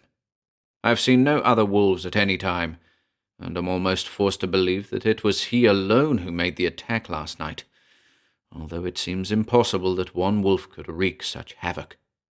Tonight, I will keep a sharp watch to prevent a repetition of it. December 6th. The wolf was back last night, and, despite all of my precautions, took toll of another of my dogs.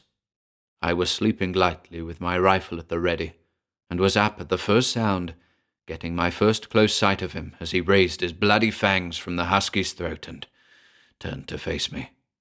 He must have stood nearly 3 feet high, but it was the ghoulish fury in his yellow eyes that unnerved me more than his great stature. I fired point blank at the hideous head, but still he stood there, fixing me with that baleful glare, and it was not until the pack closed in on his flank that he turned and loped away. 3 dogs only are left of my original 5, and these are so demoralized with terror that I can make but poor headway. I, too, own myself a victim of intense nervousness, and am weighted down by an uncanny, unreasonable feeling of dread. If I were more susceptible to superstitious beliefs, I might find myself imagining all sorts of weird explanations of my failure to drop him at point blank with a rifle that has brought down moose. As it is, though I take no stock in werewolf tales, my mental condition is such that I would not be above trying a silver bullet on him if I had one, merely to relieve my nerves. December 7th. The thing was back again last night, but this time he appeared in a different manner. He is bold now, and appeared as soon as dusk had fallen, skulking in the shadows just outside the circle of firelight. 3 hours I sat there under the spell of those hellish yellow eyes, now appearing on one side of the circle, now on the other, compelling me frequently to change my position in order to watch him. I fired again and again with no result except that the eyes moved to another position. Then it happened. Before I knew what had occurred, I was pouring shot after shot into the charging beast, until the hammer clicked on an empty chamber. He was so close that the hateful eyes seemed burning through my brain, and in desperate agony I grasped the only weapon my hand fell upon, the silver knife. What happened then I do not clearly know, but he swerved away from me, and in some unexplainable way I sensed fear in his snarl. Then he was among the dogs, ripping and slashing, and a third victim was torn to ribbons. My nerve is shattered, and I scarcely know what to believe. Bullets have no effect on the thing, and I am here in the wilderness 100 miles from civilization, with no protection against him. I have one hope, founded on the manner in which he avoided me last night. For some reason he fears me, although I am absolutely helpless before him. My only hope now is to push on to the coast with the 2 dogs I have left, praying that these 2 may not fall victims before I reach there. December 8th.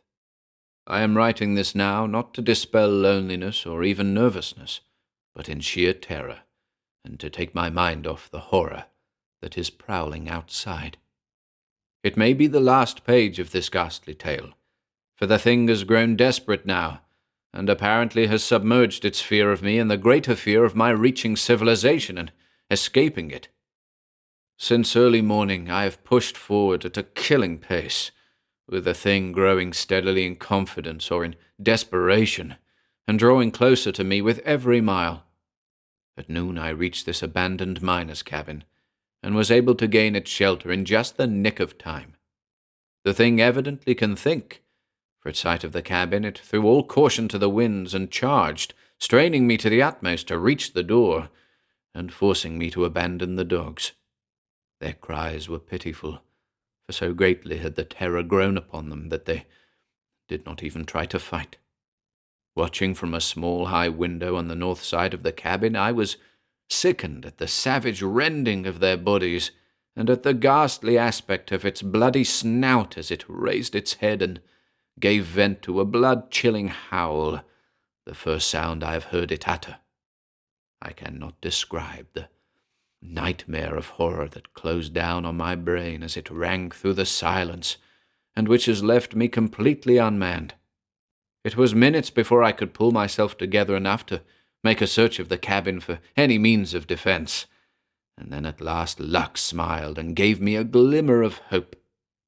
Among a collection of useless odds and ends left by the miners, I found an old bullet mold, and the thought has come to me that I may be able to melt enough silver from the knife to run a bullet.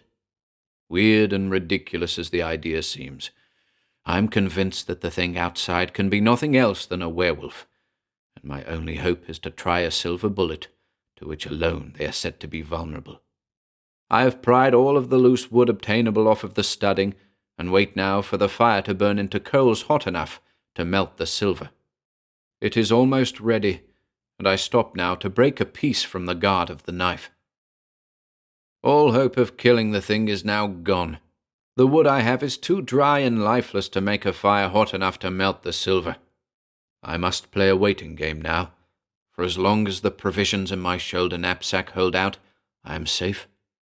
In its wolf form, the thing cannot open the door, although I have no way of barring it, and if it assumes human shape, I will kill it with a bullet. It is whining now, and scratching against the wall in an effort to rear up high enough to look in the window.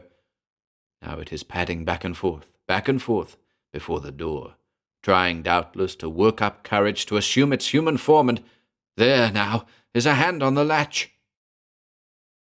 It has been 3 minutes now since the latch was raised. Fear is doubtless holding him back. At any moment he may conquer it, but I am ready. Hounds of hell! Can it be possible that he is changing back into a wolf again? There was a strange look on Inspector Moore's face as he raised his eyes in a questioning glance to the face of the constable, who still waited. "Just how did you come into possession of these?" he asked. Nagel's face showed plainly that he too had perused the contents of the diary. "I found them in an abandoned miner's cabin beyond Bitter Creek," he answered slowly. "Wolf Dahlgren was in there, dead, his throat torn as though by the fangs of a wolf. I found this diary on the table beside him. There was another corpse in there, too, a wrinkled old Indian whose weird ceremonial garb marked him as some kind of medicine man or sachem. It was in his breast that I found the silver knife." Prunes by C.P. Howard. Journal found in a deserted bothy in the Outer Hebrides.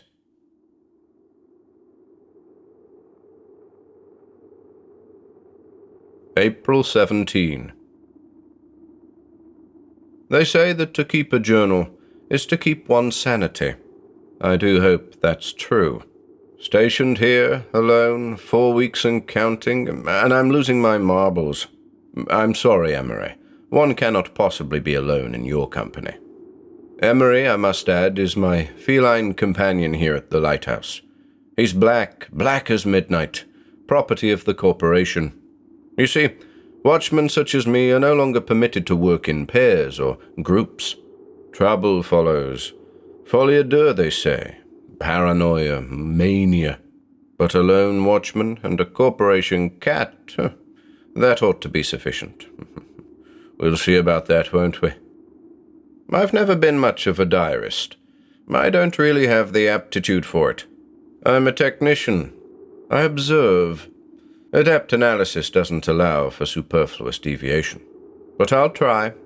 Try to put it all down. My thoughts, my feelings, if for no other reason than to pass the time.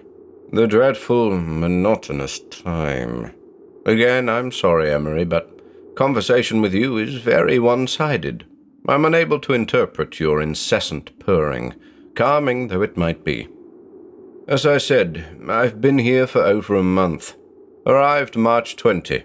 Relieved my predecessor and his cat, and went about the business of applying the personal touches a studious watchman requires. The lighthouse stands on a rocky outcrop, or quay, just half a mile from the island. They say that it has been here for a long time. Centuries. I don't know about that. But the island, I'm hesitant to name it here, has been here for millennia. It projects from the sea like a cluster of cathedral spires, woefully barren and topped with ice. It's the reason I'm here. The reason my predecessors were here. And the cause, no doubt, of the trouble I mentioned earlier. Sitting by the window in the watchroom, which is up on level 3, Emery at my feet, fire in the stove, the island ogles me with shimmering, hostile eyes. If it wasn't for the money, I wouldn't be here. But the money is good. Very good. It has to be, all things considered. Still, I'd rather not be here. I miss the warmth of the sun and the cafes along the promenade. I'm a people watcher at heart, observing the comings and goings of strangers as they order a cappuccino and read a book, or gaze longingly at the sapphire waters. The latter I can do at least. The ocean is all about me, a vast desert, flat and expansive. Astonishing, really. April 19. Cats are sensitive creatures. It was the marked change in Emery's behavior that alerted me to the onset of the blizzard last night. We were in the watchroom, some 50 meters above the waters below, when suddenly my feline companion approached me and proceeded to brush up against me fitfully. A distant wail followed, accompanied by the unmistakable but initially sporadic pitter-patter of hailstones against the north window. The storm proper wasn't far behind, bearing down on the lighthouse with great rapidity. Emery became quite twitchy, emitting a low yowl, trotting back and forth by my feet, demanding attention. This I gave him, as the hail, robust and pitiless, continued its assault. The invisible wind howled ceaselessly, not to be hindered by the minuscule lighthouse in its path. We hunkered down, Emery and I, my gaze fixed on the north window, praying to God that the thick glass would remain intact. Eventually my prayers were answered. The blizzard passed over us and left us in peace, fading like a whirling wraith in the southern gloom. The night sky thereafter cleared, revealing the sparkling stars in all their glory. The aurora borealis danced a dim waltz, sage green and crimson red. But little comfort did these things provide, for the clearing of the skies could lead to only one thing, a drop in temperature. And the drop was dramatic. On waking this morning, the temperature outside had plummeted to -20 degrees Celsius, and now the quay is surrounded by a circle of ice, a circle that is expanding hour by hour. This troubles me greatly, for the waters between the lighthouse and the island are exceedingly calm. If the water continues to freeze... April 20. In spite of my fears, the routine continues. Rise at dawn, feed the fire, feed Emery, feed myself, survey the light. Firewood is plentiful, but limited, so I burn it sparingly. I'm here till June 20, so I must eat sparingly too. The lower of the two stores, The stores being at ground level and level 1 respectively, contains fuel for the light. This hefty supply, I'm told, is enough to power the light for a decade. But my primary duty is that of the watch. We watch the island, but we don't ask questions. Those who ask questions are not qualified for the watch. It's that simple. We're paid to take care of the lighthouse and to keep our eyes on that strange atoll. We speculate, privately nowadays, knowing the fates of our predecessors, our conjecture stemming from hushed exchanges over foaming ales in seafront bars. Former watchmen speak of shadows and spectres, piping and moans, bright lights and thunderous booms, all confined to the island. These observations are to be recorded minutely, later handed over to the corporation for further study. I've seen neither hide nor hair of such things myself, heard only the faint whistle of the northerly wind as it blows through the tallest crags of that barren rock. Eerie though it is, I'm continually reassured by the stable disposition of my feline companion.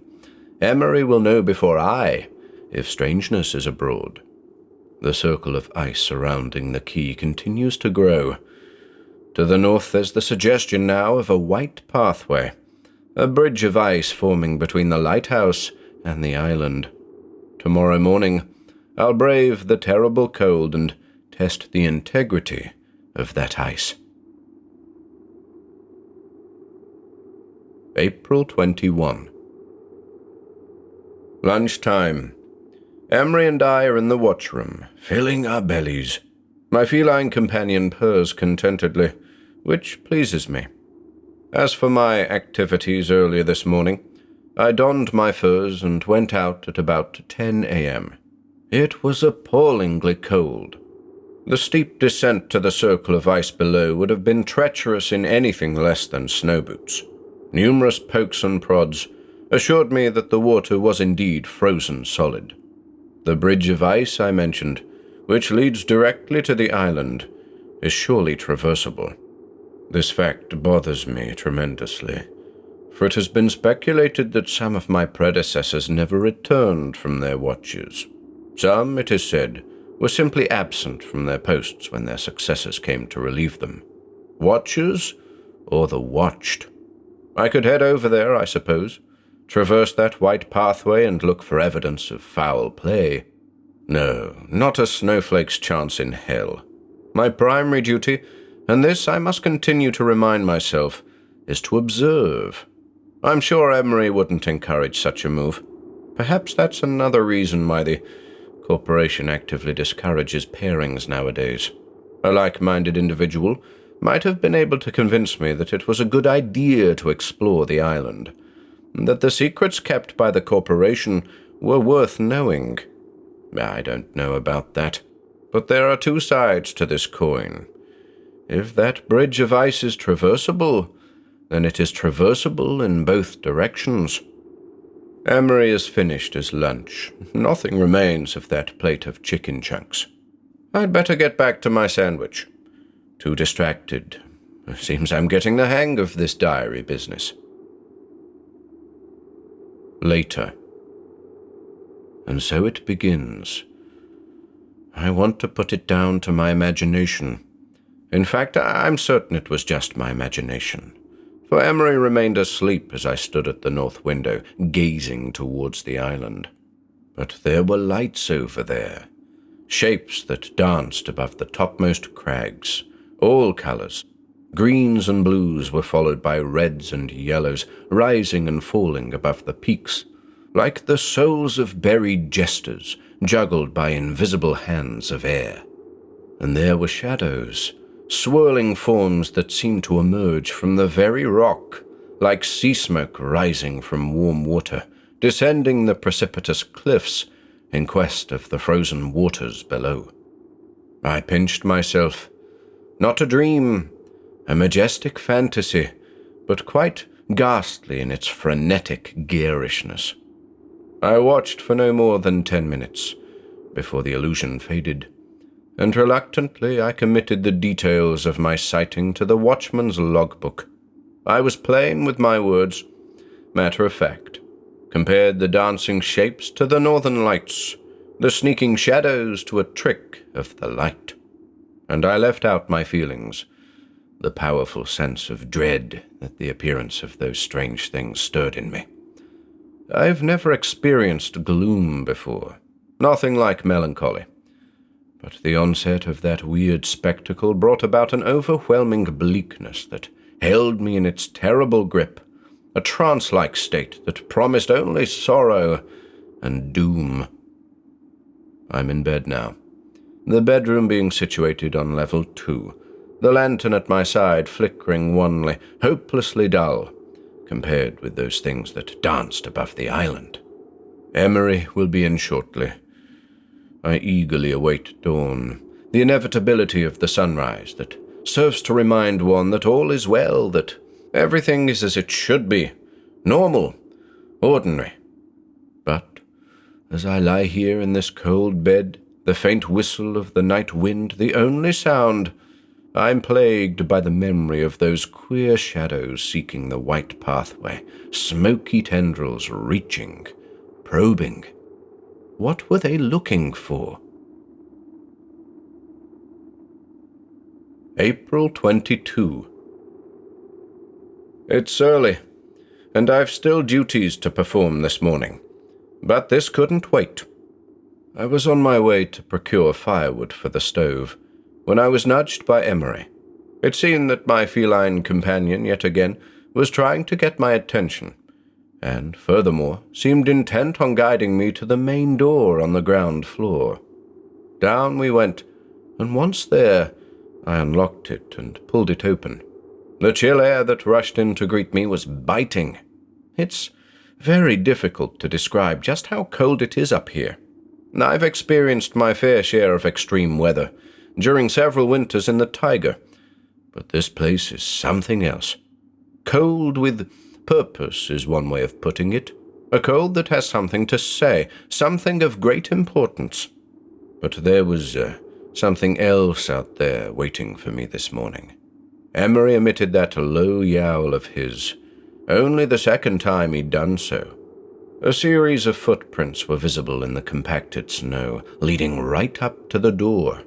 Not my steps from the day before. These were narrow prints, made by slender booted. Donning my furs, I stepped outside, ignoring the cat's hiss of disapproval. I followed the steps all the way to the ice bridge, by way of which this mysterious, slender-footed stranger had undoubtedly come. But that's where I stopped. I hadn't the energy or the will to attempt to go any further. So, what's going on here? Is the island inhabited by an elusive, slender-footed race? Or were the curious footprints made by an arctic, bipedal beast of some description?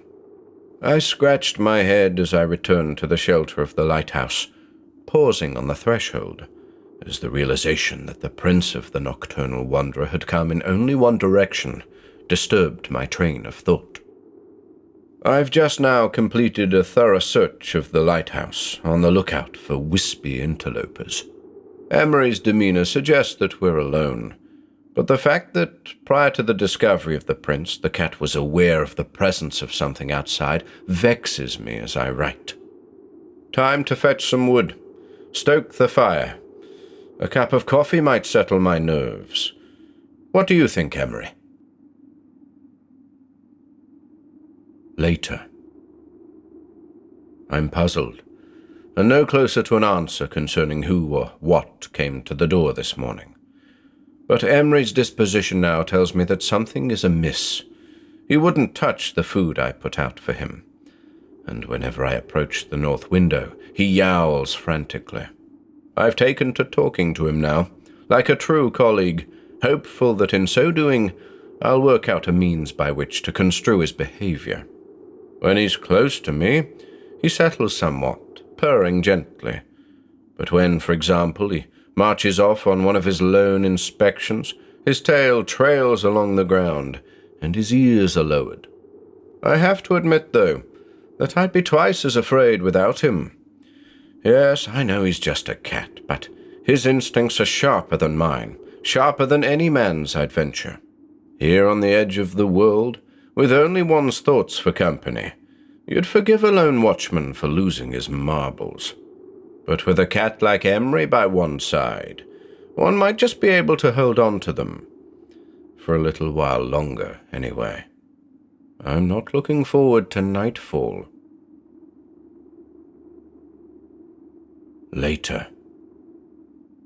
It's late. 11:36 p.m., according to my watch. No lights tonight, no creeping shadows. But there's a racket. Several strange noises, all of which, it would seem, are carried by the northerly wind to the quay, where, uncannily, they're able to penetrate the thick glass windows and stone walls in order to reach my ears. My feline companion is haunted by these sounds, on his haunches most of the time, yowling ceaselessly, and these sounds are unlike any I've ever heard before.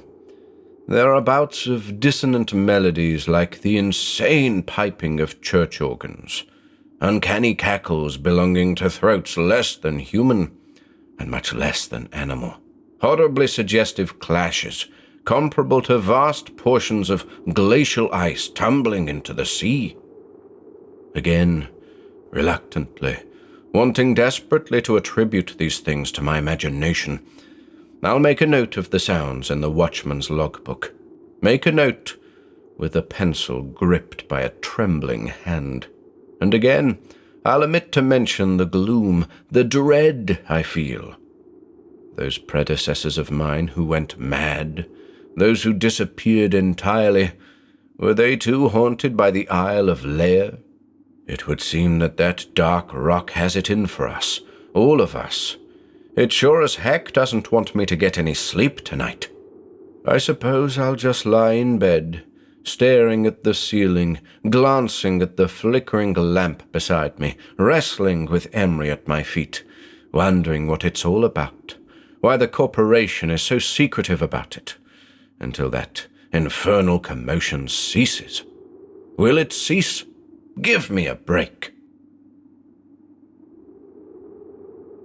April 23.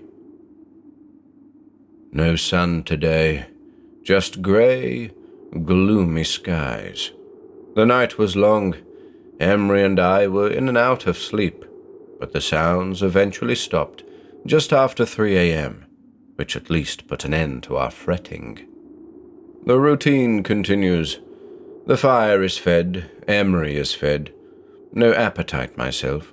Seen to the light, which, now I think about it, seems little more than an invitation to the inhabitants of the island, who or whatever they might be. A bright yellow eye that shines interminably, illuminating my small world day and night. I braved the main door again this morning, and am pleased to report that there were no new footprints waiting for me outside. So it's back to the watch, the endless watch. I'm by the north window as I write, throwing glances at the island, its sharp pinnacles resembling a silver crown, implying the existence of a giant beneath the frozen waters, a Goliath of the deep, waiting, patiently waiting, for the right moment to rise from the depths, to show its ghastly face to the world once more. My imagination is getting the better of me again. What do you think, Emery? Have I got it in me to sit this thing out? I'm losing myself here. A little walk wouldn't kill me. A stroll over to the island, to prove to myself that there's nothing out of the ordinary over there, nothing that's out to get me, nothing dangerous. It's like the corporation said, just as the advertisement for the position stated. Perform routine maintenance tasks to ensure the proper functioning of the lighthouse. Monitor and record observations of noteworthy events on the adjacent island. Keep detailed logs of weather conditions, etc. Noteworthy events, not strange or unusual events. It's quiet out there at the moment. The weather's been much the same since the blizzard of April 18. I'm going to go, in spite of your protests, Emery. Wish me luck. Later. I'm back, and in one piece, and I found something. I'll start at the beginning. I left the lighthouse at noon, and under the grey ceiling found myself traversing the bridge of ice, some 50 feet wide now. The cautious trudge took roughly an hour, guided by the looming island ahead of me. I swear, that place is much larger than it appears from the quay, sheer and oppressive, towering above you like a colossal fortress, impenetrable. The silence of the place dominates all. It's intimidating. Constantly I found myself looking over my shoulder, to the left and to the right, sensing eyes on me with every step. Reaching the island proper, I clambered up to the cliff face, and saw that there were numerous cave mouths, one of which I discovered was large enough for me to crawl into. I hesitated only a moment before plunging headlong into that dark passageway, withdrawing my torch as I did so. I inched forward some 30 feet or so, before coming across the things which I thereby retrieved. A wool coat, heavily tarnished, and the water-stained remains of a journal, the name Brumley just about legible on the front cover. If there was a body back there somewhere, I was reluctant to look for it, for what I read on the few pages that remained intact persuaded me to leave immediately. As I said, I made it back unharmed, and with both the coat and journal in my possession. Rather than quote from it, I'll attach the untarnished pages to this journal, and add notes as appropriate. Brumley's Journal. The first of the 3 pages is partially water-stained, and so the legible portion of the page begins mid-sentence. Any other time of year, the climb would have been impossible, but I managed it just about. I reached a ledge and saw a narrow fissure in the rock that seemed to provide a safer route to higher ground. I took this route and found that I was climbing at a much gentler gradient, all the while moving further and further towards the center of the island. I must have climbed for several hours in this fashion, thankful that I brought a handful of snacks along with me for the journey. Not enough, mind, but better than nothing at all. I must be out of my mind, I thought, as I clambered up that sloping fracture. But that driving force, powerful and unrelenting, compelled me to continue. I mustn't turn back, I said over and.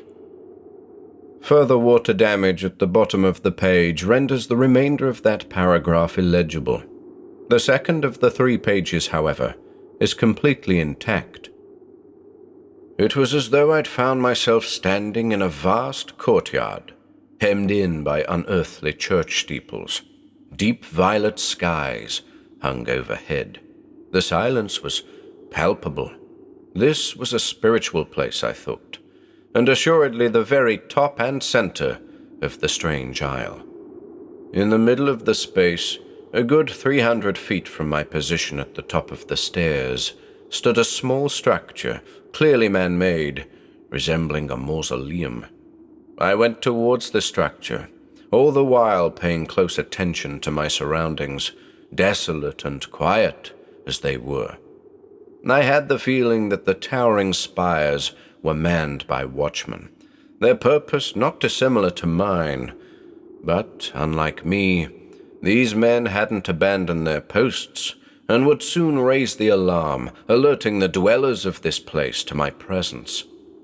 But no sounds followed, no cries, no horns, just the dead silence that had haunted me from the very moment I set foot on the island. The third and final page is water-stained towards the end, but I think enough can be gleaned from it regardless. When at last I reached the small structure, I saw that it could be nothing else but a mausoleum. The word lair, being the name of the island, was etched in bold lettering above a huge stone door, on either side of which broad columns supported a surprisingly plain, hip roof. And then, as the last vestiges of light faded above, the stone door swung open inexplicably, and from the darkness beyond rushed a ghastly stench, filling my nostrils and forcing me backwards. A maniacal cackle sounded from that hitherto silent structure, the very same sibilant shrieking I'd heard night after night at the lighthouse, the cries of the king, awakened once more to drink of the human body. My nightmares come to life. I turned and fled, saw the watchman, my predecessors, descending from the spires like deflated, desiccated... End of journal. What can be made of this? It's eerie, but it makes for fascinating reading. Could there really be a mausoleum at the center of the island? If so, who or what is the thing that lies within, ostensibly quite alive? I wish I could say that Brumley's account was nothing more than the result of a fever dream. But I, too, have heard things, seen things. Emery is wise to it, too. How the remains of my predecessor came to be in the darkness of that cave, I am unable to surmise. But I don't like it. Don't like it one bit. The corporation must know about it. They've known about it from the very first. But still, I'm baffled. Observations are one thing, but what if this thing comes after me? I've no means to sound the alarm, no means of escape.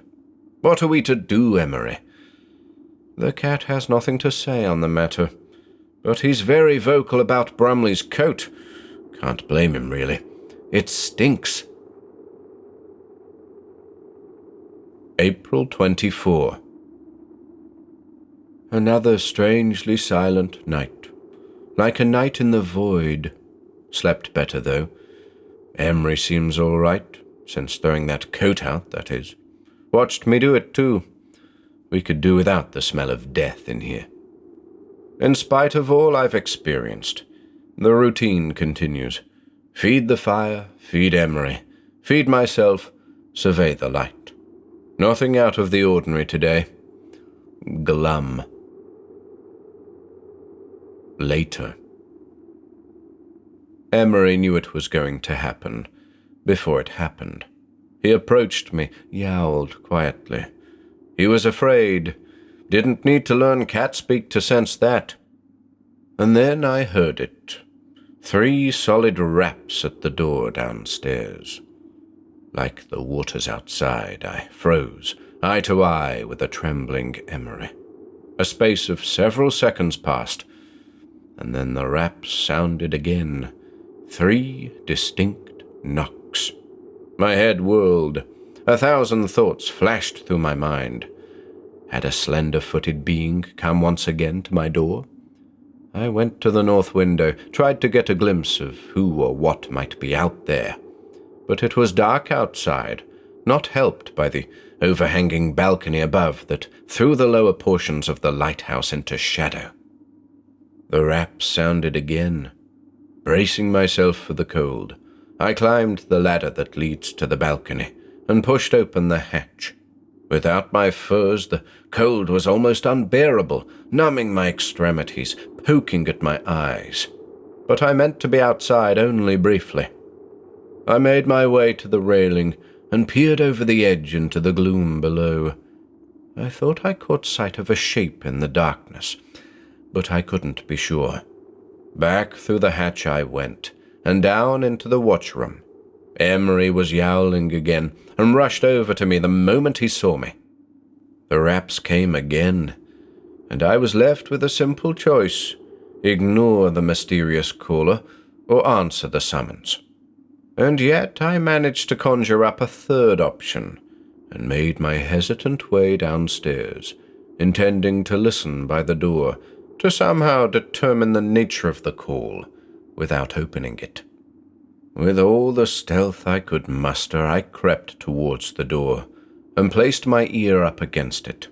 It's a large metal door and weatherproof, designed to withstand the most brutal of blizzards, so I was fairly confident in its ability to offer protection from whatever lurked without. But with that heavy object between me and the outside world, little could be heard, other than the faint and familiar whistle of the Arctic wind. Suddenly, the rap sounded again, frightening me half to death. "Hello?" I called without thought, my heart in my mouth. And dimly, very dimly, I heard an answering voice. "Let me in," the voice called, an empty voice. "Who are you?" "I'm cold." "Who are you?" I repeated. "It's cold out here." "Answer the question." "Cold without my coat." I froze at that. Brumley was out there. But that simply couldn't be. If the spectre of the dead watchman was out there and he wanted his coat, he'd have to go searching for it on the ice. "Who are you?" I called again, nervously. But no further responses followed. I retreated, terrified. Emery was waiting for me in the watchroom, yowling like a cat possessed. I comforted him the best I could, shivering from head to toe. The ghosts of the island were closing in, emboldened somehow. Could a simple metal door of the material world, really prevent their intrusion? Nothing has happened since, but I think my feline companion and I are at the end of our tethers. I'm not sure how much more we're able to take. April 29. Days have passed without incident. The routine has continued. I've risen at dawn, kept the fire burning. Emery and I are well fed. The light continues to shine.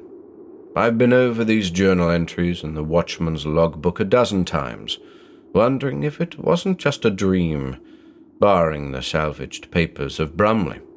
That is, Emery seems his usual pleasant self, happy to just eat and lounge about, as is a cat's prerogative. But I'm not so settled.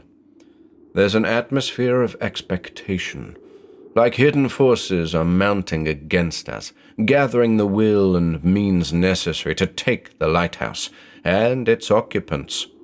If so, this could be the end for me and my feline companion. If, after all, I'm not imagining all of this. Imagination is a powerful thing, especially when it's all a man has left, isolated in a barren place, trapped by the elements, stuck in repetition. But I'm quite sane. I know this only too well. I'd welcome madness at this stage, I think. Madness, at least, is served with a chance of recovery. If only the promise of adequate compensation was enough to get me through. How am I to endure another 8 weeks?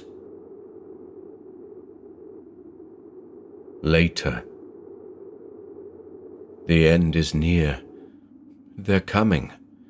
I'm by the north window, Emery at my feet, quivering. Under the light of the aurora, the king approaches. He's a mass of color, sometimes liquid, at other times solid, taking the form of a giant, like the Jotnar of the Norse. His shrieks penetrate this humble lighthouse, ghastly proclamations of intent. Behind the king trail the slender-footed shadows of men, looking to my squinting eyes like emaciated corpses. Brumley is among them. I can just about make out his distinctive wool coat. Must have found it, after all. It's a nightmare procession, a fleet of ghouls commanded by a spectral monarch. They advance so slowly. Why do you tease me, my king? Be merciful and plunge thy blade deep into my breast. And yet still, the ethereal army creeps and crawls. Slender feet trample the ice. Their shimmering leader conducts them like the shriveled members of a dead orchestra. The king's music is dissonant and terrible, not meant for the ears of men. Surely it was composed for hell's welcome ceremony. The watch is over. No longer can I gaze on a spectacle such as this. My head hurts, my limbs ache. Must find a way to keep them out. Thoughts on paper won't save me, nor you, Emery. But wait, There's a rapping at the door. It's coming in threes, just as it did before. 'Tis a sound I just cannot ignore. What will I do about these things at my door? Later. They're inside. I've barricaded the door to the watchroom. Emery and I are cowering by the stove. I thought about setting fire to the fuel in the store, but I can't get to it now. The king and his followers have brought their maddening music to the lighthouse and mean to take the cat and me, by any means possible, back to the island, to that courtyard at its center, overlooked by the lofty cathedral spires, into the blackness of his unholy mausoleum, to what ultimate end I dread to think. They're at the door now, dozens of lumbering forms, hammering with withered fists, the serpentine shadow of the king at their backs, urging them on. I hear the splintering of wood. The cat is at his wit's end. It's over. What can be done against such things? This mysterious king and his acolytes of darkness. What else is there to say? I'm sorry, Emery. If somebody finds this journal, I beg of you, demolish the lighthouse, abandon the watch. We don't belong here. Don't come looking for me, for my feline companion and I are bound for the island, to be drained by the king, desiccated, turned to prunes.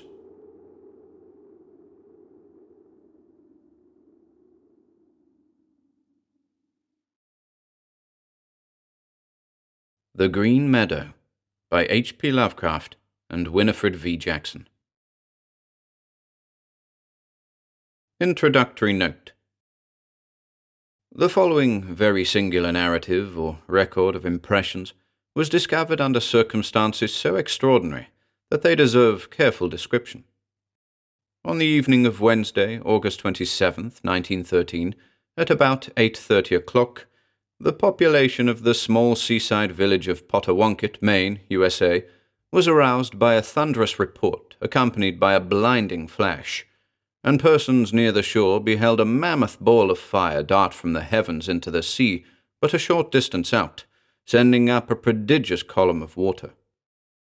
The following Sunday, a fishing party composed of John Richmond, Peter B. Carr, and Simon Canfield caught in their trawl and dragged ashore a mass of metallic rock weighing 360 pounds, and looking, as Mr. Canfield said, like a piece of slag. Most of the inhabitants agreed that this heavy body was none other than the fireball which had fallen from the sky 4 days before, and Dr. Richmond M. Jones, the local scientific authority, allowed that it must be an aerolite or meteoric stone. In chipping off specimens to send to an expert Boston analyst, Dr. Jones discovered embedded in the semi-metallic mass the strange book containing the ensuing tale, which is still in his possession. In form, the discovery resembles an ordinary notebook, about 5 by 3 inches in size, and containing 30 leaves. In material, however, it presents marked peculiarities. The covers are apparently of some dark stony substance unknown to geologists, and unbreakable by any mechanical means. No chemical reagent seems to act upon them. The leaves are much the same, save that they are lighter in color, and so infinitely thin as to be quite flexible.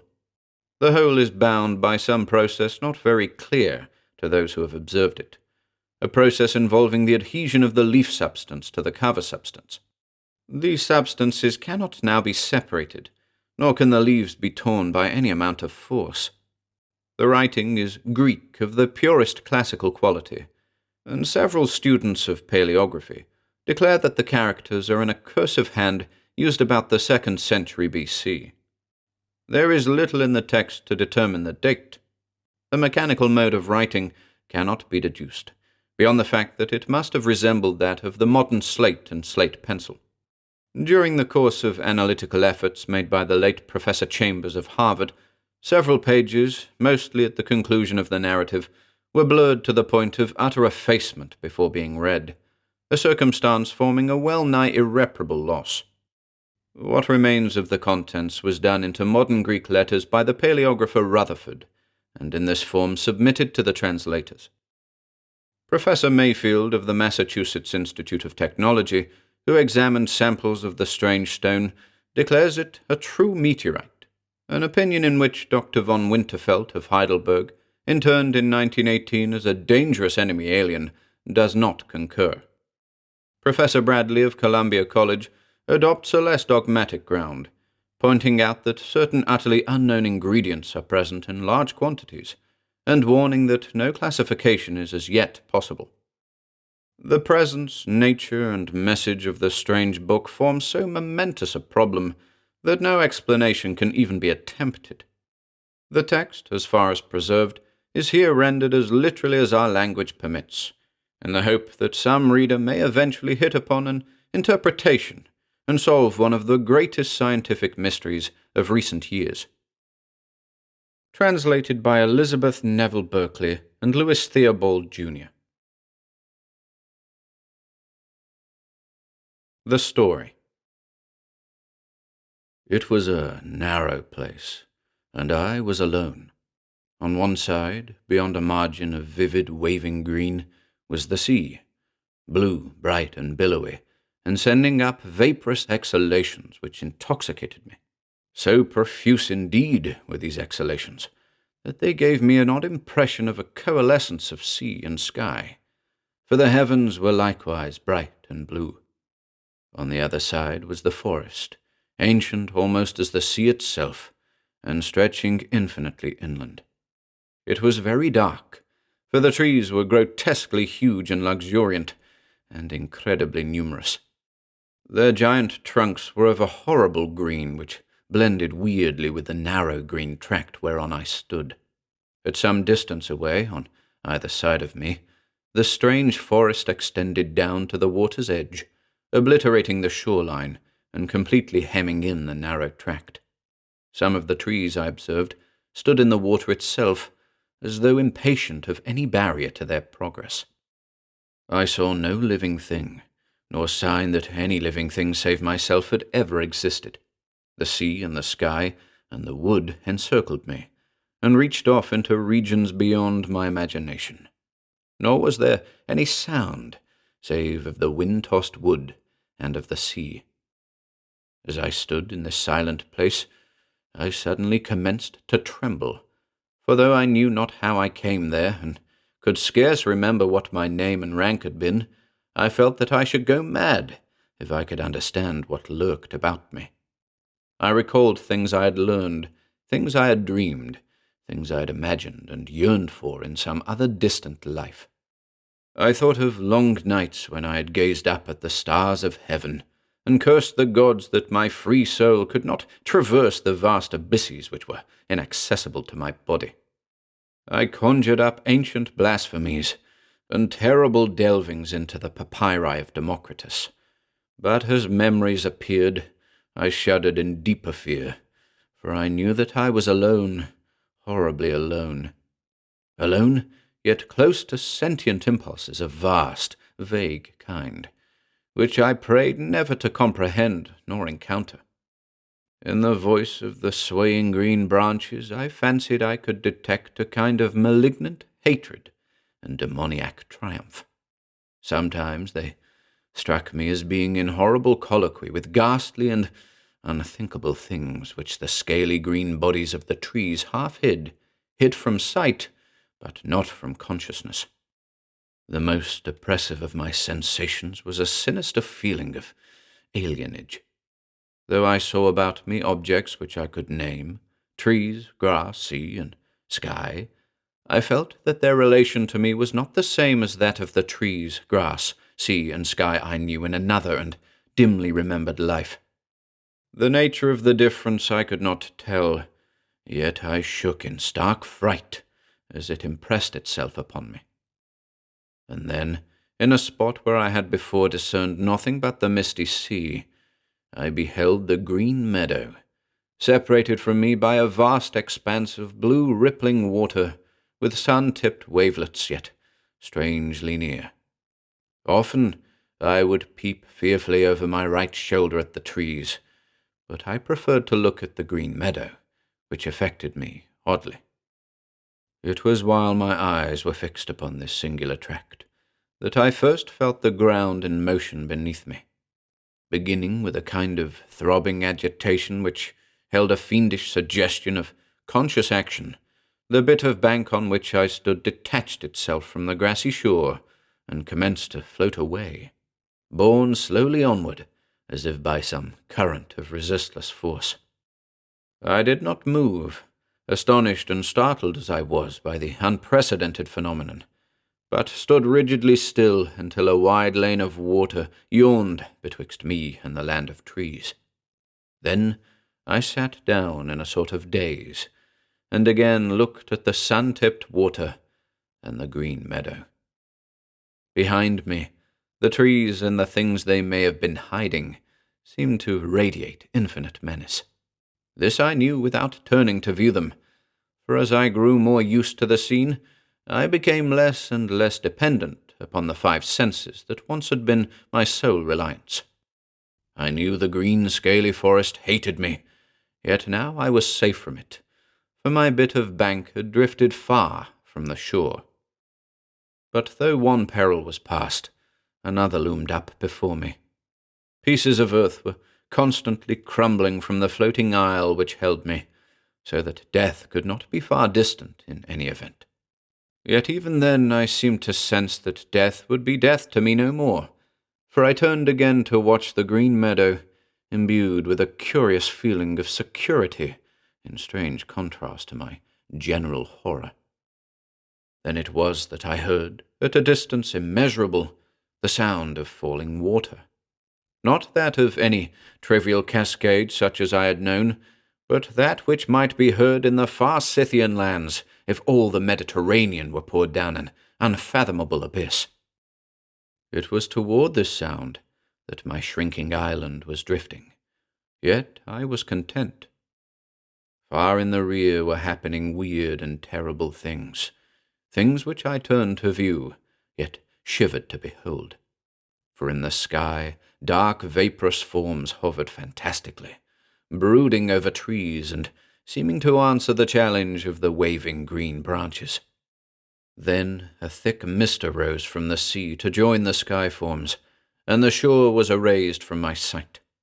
Though the sun, what sun I knew not, shone brightly on the water around me, the land I had left seemed involved in a demoniac tempest, where clashed the will of the hellish trees and what they hid with that of the sky and the sea. And when the mist vanished, I saw only the blue sky and the blue sea, for the land and the trees were no more.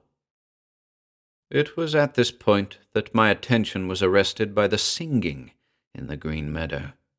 Hitherto, as I have said, I had encountered no sign of human life, but now there arose to my ears a dull chant, whose origin and nature were apparently unmistakable.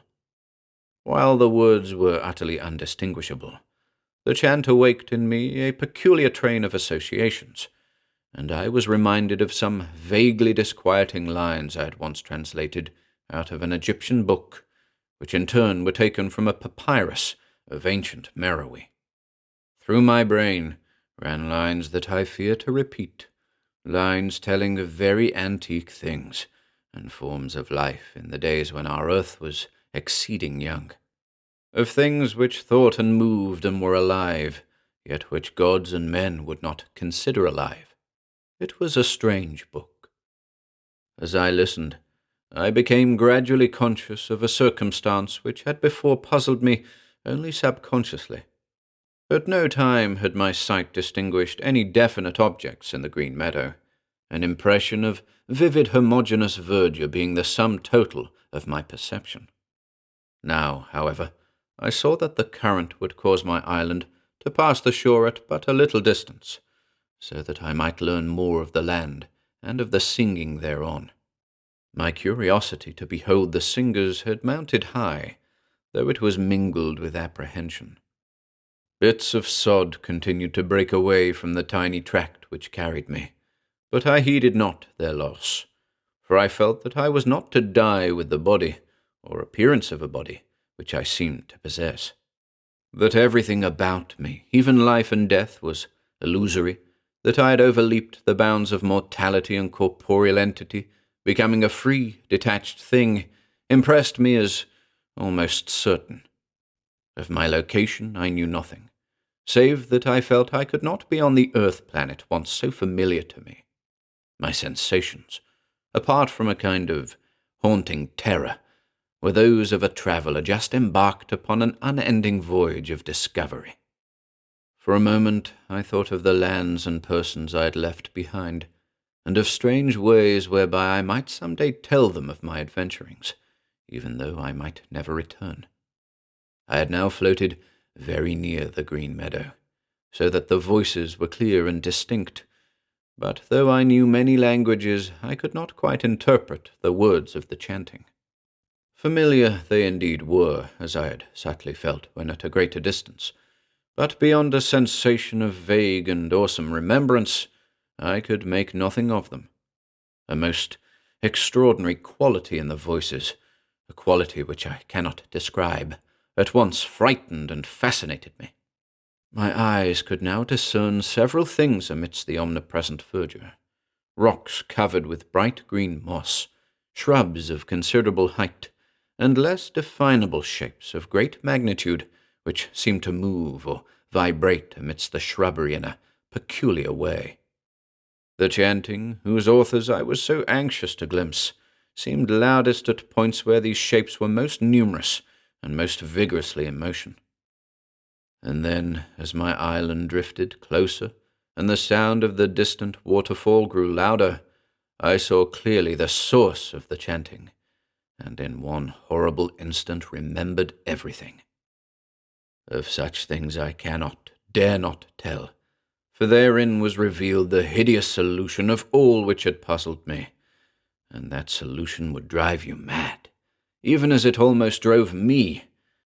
I knew now the change through which I had passed, and through which certain others who once were men had passed, and I knew the endless cycle of the future which none like me may escape. I shall live forever, be conscious forever, though my soul cries out to the gods for the boon of death and oblivion. All is before me. Beyond the deafening torrent lies the land of Stethalos, where young men are infinitely old. The Green Meadow. I will send a message across the horrible, immeasurable abyss. At this point, the text becomes illegible. The Ocean Ogre by Dana Carroll. June 2nd. Our stiff canvas, faded and grey, hangs lifeless from the yard arms. We are stilled in one of the great calms. There is slowly rising water in the well, and our food is nearly gone. We heave on the greasy, heavy water, foul and green. The fog hides all from view. I confess that I am afraid. What an expressive word is despair. Luckily, a flying fish came scudding over the rails this morning. June 3rd.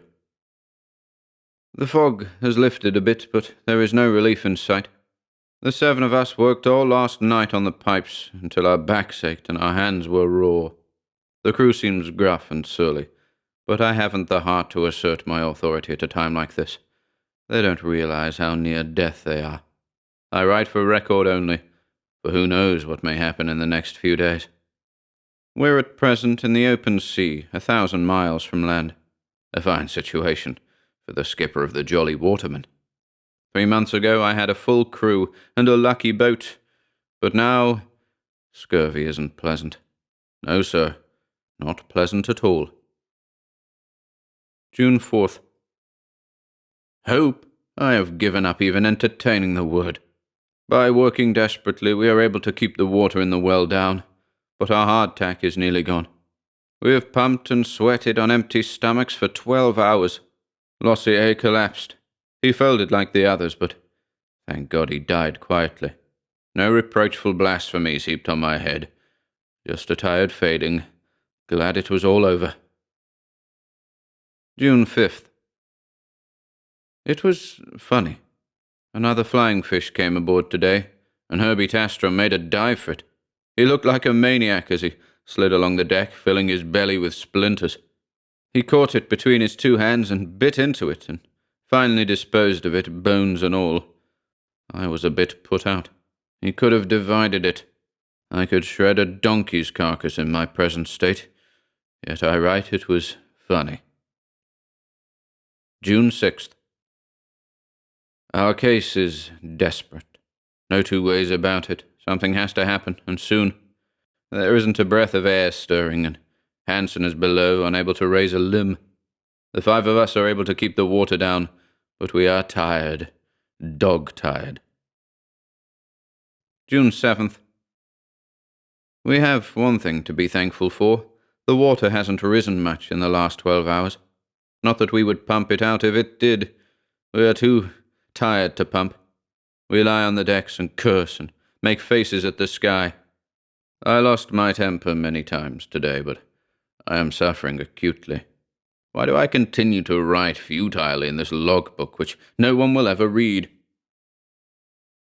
June 8th. We are saved. What glorious good luck. A boatload of provisions and a jolly companion to cheer us up. He says he is the sole survivor of the King William. You have probably heard of the King. A finer brig never put out from Marseille. A hurricane and a leak did for her. 6 or 7 pulled away in the longboat. But my friend, what else could you call your saviour, threw them overboard. They died first, of course. They died from fright or from drinking salt water. My friend didn't elaborate on details, but not liking the unsociable company of corpses, he naturally disposed of them. That's his story, and I accepted it at its face value. I'm not a man to go poking about and asking questions. It's enough that he brought us a boatload of provisions and his own buoying companionship. He has actually injected spirit. We were growing to loathe each other, we 5. He calls himself Elaine Gervais. June 11th. Gervais, he insisted we call him that, has been with us now for 3 days. He has the run of the ship, and I have turned the mate's cabin over to him. The mate has no further need for a cabin. He spends his nights rolling on the ocean floor. Gervais is tall and emaciated. His face is oyster-coloured, drawn and haggard. His eyes are set deeply in dark caverns and actually seem to consume you. There is something devastating about those eyes. Sometimes they seem 100 years old. His forehead is high and as yellow and dry as parchment, and his nose is shaped like a scimitar. With long, gangling arms and thick wrists, he presents an awesome picture. A very peculiar fellow, now that I get to know him better, but he is one of us. June 12th. Gervais has kept more to himself. He remained locked in his cabin all morning and answered my anxious questions curtly through the closed door. But I was too busy to investigate. There is a chill in the air that encourages hope for a wind in the near future. Some of the crew seemed too tired to work. They came across a bottle of rum in Lossier's locker, and by mixing it with salt water they concocted an elixir to alleviate their suffering. Who am I to assert my authority? But I hope for the first breeze, as it will surely bolster the ship's morale. At that time I plan to regain my old power of discipline. June 13th. A breeze is surely coming. It is eerily still all around us, except for a sharp report every now and then, as another deck plank snaps under the direct rays of a broiling sun. I am working frantically on a miserable substitute of a rudder. I am stripped to the waist, and the sweat rolls down into my eyes, almost blinding me. I've been over the side twice this afternoon for relief, but there is very little in the brackish water. June 14th. Gervais slept on the planks with the crew last night, and this morning he looks 10 years younger. His face is flushed and full, and the greenish hollows have disappeared from beneath his eyes. But Hansen isn't well. He complains of pains in his chest, and once or twice he spat a mixture of blood and rum. His big face seems sandpapered by age, and he is abnormally pale. June 15th. No breeze. Hansen is surely stricken. Death hovers over him like an impatient doorman. He lies in his cabin and groans, and I can do nothing for him. His pallor is genuinely alarming. Even his lips are bloodless. He complains of his nose and noises in his ears. And Gervais has shown his first glints of ill nature. His eyes smoulder when he speaks, and for the first time I discern a hard cruelty in the man. He has an alarming personality. June 16th. Hansen died this morning. A horrible, racking death. It seemed as though he wanted to tell us something. I laid my ear on his broken, watery lips, but was unable to make out anything intelligible from his forced moaning. Gervais actually gloated over his death. What can it mean? Why such a metamorphosis in the man we befriended?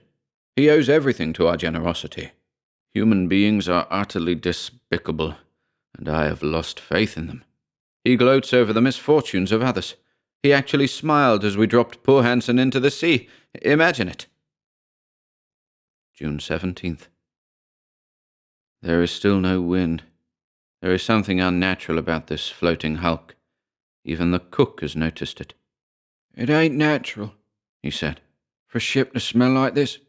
And that Gervais fellow's cabin, phew, it not only stunk, but—" I clouted him behind the ear. "You're a fool," I shouted. "He's all right."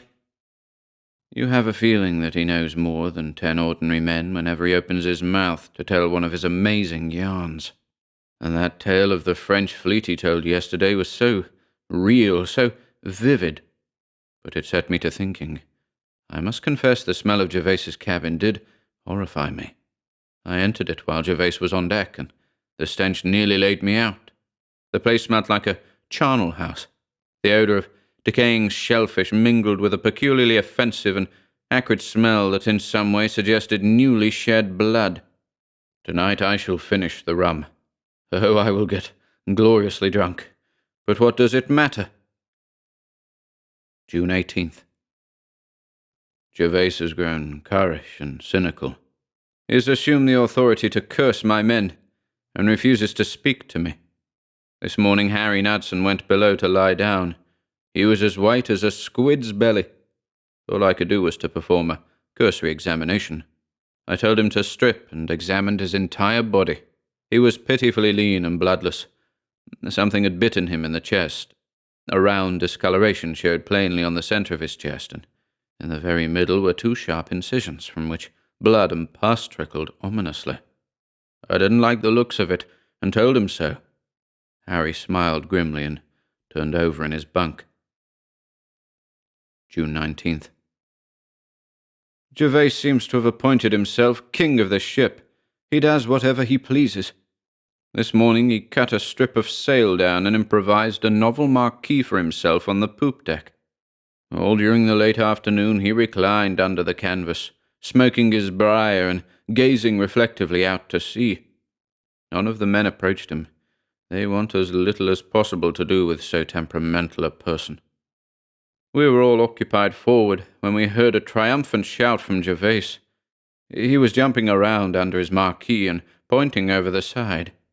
It was Hansen's body, floating face upward, not 10 feet from the ship. His nose was gone, and his cheekbones protruding through the wasted skin. The water was so still, he seemed to hang there, leering up at the ship. When we buried him yesterday, we sewed his body in canvas and weighted it. Evidently the stitching had loosened, and the suddenly released air-filled body had popped to the top like a cork. June 20th. An unaccountable incident occurred on deck today. I am obliged to believe that Gervais is insane. Roland Pearson was working on the braces, and his hand accidentally slipped. He cut himself badly. The blood gushed down his arm, and we all feared he had severed an artery. His under lip trembled, but he didn't complain or cry out. He simply walked with unsteady steps toward the forecastle. Gervais was on the poop deck in his throne room, as we have begun to call it. The sight of Pearson's uncertain steps somehow excited him. He made for Pearson. Pearson saw him coming and stopped, a little puzzled, a little hopeful. In a moment, Gervais had seized upon the injured arm. He gripped it forcefully and stuck it under his shirt. Gervais was sweating and acting like one possessed. I feared for Parison. The situation was unhealthy.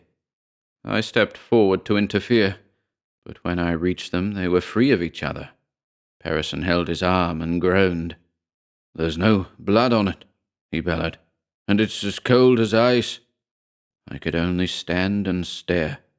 Is Gervais mad, or has he mastered some monstrous system of healing? June 21st. Roland Parison is dead. I disposed of the body this morning. It was white and rigid, and I noticed an extraordinary discoloration above the wound on his wrist. From the elbow down, his arm was a bright green. I cannot explain it. Blood poisoning, perhaps, but I will stand little more from Gervais. His presence has become odious to me. Something walked again tonight. It bent above my bed, and I heard it gulp. We have become so few. We are mentally drawn together for protection against an alien evil. We are not certain what it is, but we must do something. June 22nd.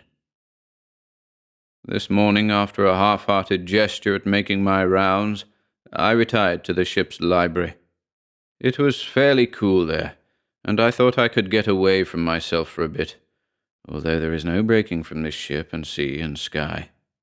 But now I wish I hadn't. I picked up an old water-stained parchment volume called The Islands of France, a ridiculous miscellany of witchcraft and spirits. I chuckled to myself as I indolently flicked the pages until my interest was finally arrested by the childish awe and belief in the following. There lies a beautiful island called Gautier off the southwest tip of France. You may walk from heavy druid depths of the forest to the brilliant blue glare of the ocean, where the fishermen spread out their nets of bright blue cord to dry, and fisherwomen make out at low tide to gather mussels, sold in the shell for 2 cents a quart. If you ask them what is the next land, they reply, L'Amérique est là-bas. America is over there. They are a naive folk, few of them ever having been away from the island. They will gladly tell you about the old legends of the island, and what's more, believe them. There was the unfortunate Suzanne, the young girl, cruel or unfaithful to her lover, who was changed into a big black dog or female wolf. Unless she repented, or a miracle restored her to her natural shape, she was doomed to lope, howling through the black, naked woods, longing for death, until killed. Only a special bullet, properly blessed, could kill her, which made it difficult. There was also the beak-faced hunchbacks that lived in the sea. These deformed people made periodical raids on the good villagers. If they were displeased, they had the unpleasant habit of dragging corpses through the streets with loud cries. And it didn't take much to displease them, although no one could remember their ever having perpetrated bodily harm. There were the slacks, or noisy drones. Spirits of those that had met a violent death, they wandered through the night, repeating the cries of agony with which they had died, often from age to age. The old fisherwomen even yet hear them howling on long winter nights. There were, and according to the belief of many still are, sorcerers and sorceresses.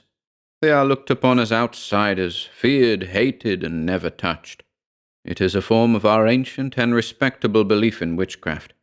If you meet one in your path, to avoid distraction, you must immediately make the sign of the cross, seize a piece of earth, and hold it above your head, because between 2 pieces of earth, the ground under your feet, and the piece held in a quivering hand above your head, no evil spirit can harm you. It is a dangerous sign on this island when those little corpse-dragging dwarfs ring a bell as they go along, for that means another death. A bad sign also if a church bell rings without any hand touching it. Those are still living who have seen the Dame Blanche, white ladies, howling in the night at church doors, seeking salvation and relief. Alain Gervais, the villagers relate, was swimming with other youths of his age in the Saint-Jacques basin. Of a frolicsome and adventurous nature, he swam some distance from shore. According to another youth who was making his way to a lane at all possible speed, he took what seemed an intentional surface dive, and did not appear again. Many hours were spent fruitlessly diving for his body. A few years later, one of the boys, now grown into a man, was stationed at the watch of a fishing boat, when he saw the rough caricature of a man diving and breaking for air a short distance from his craft. He insisted he recognized Gervais. A few lame conjectures followed on the ability of a man being enabled to live at the bottom of the sea.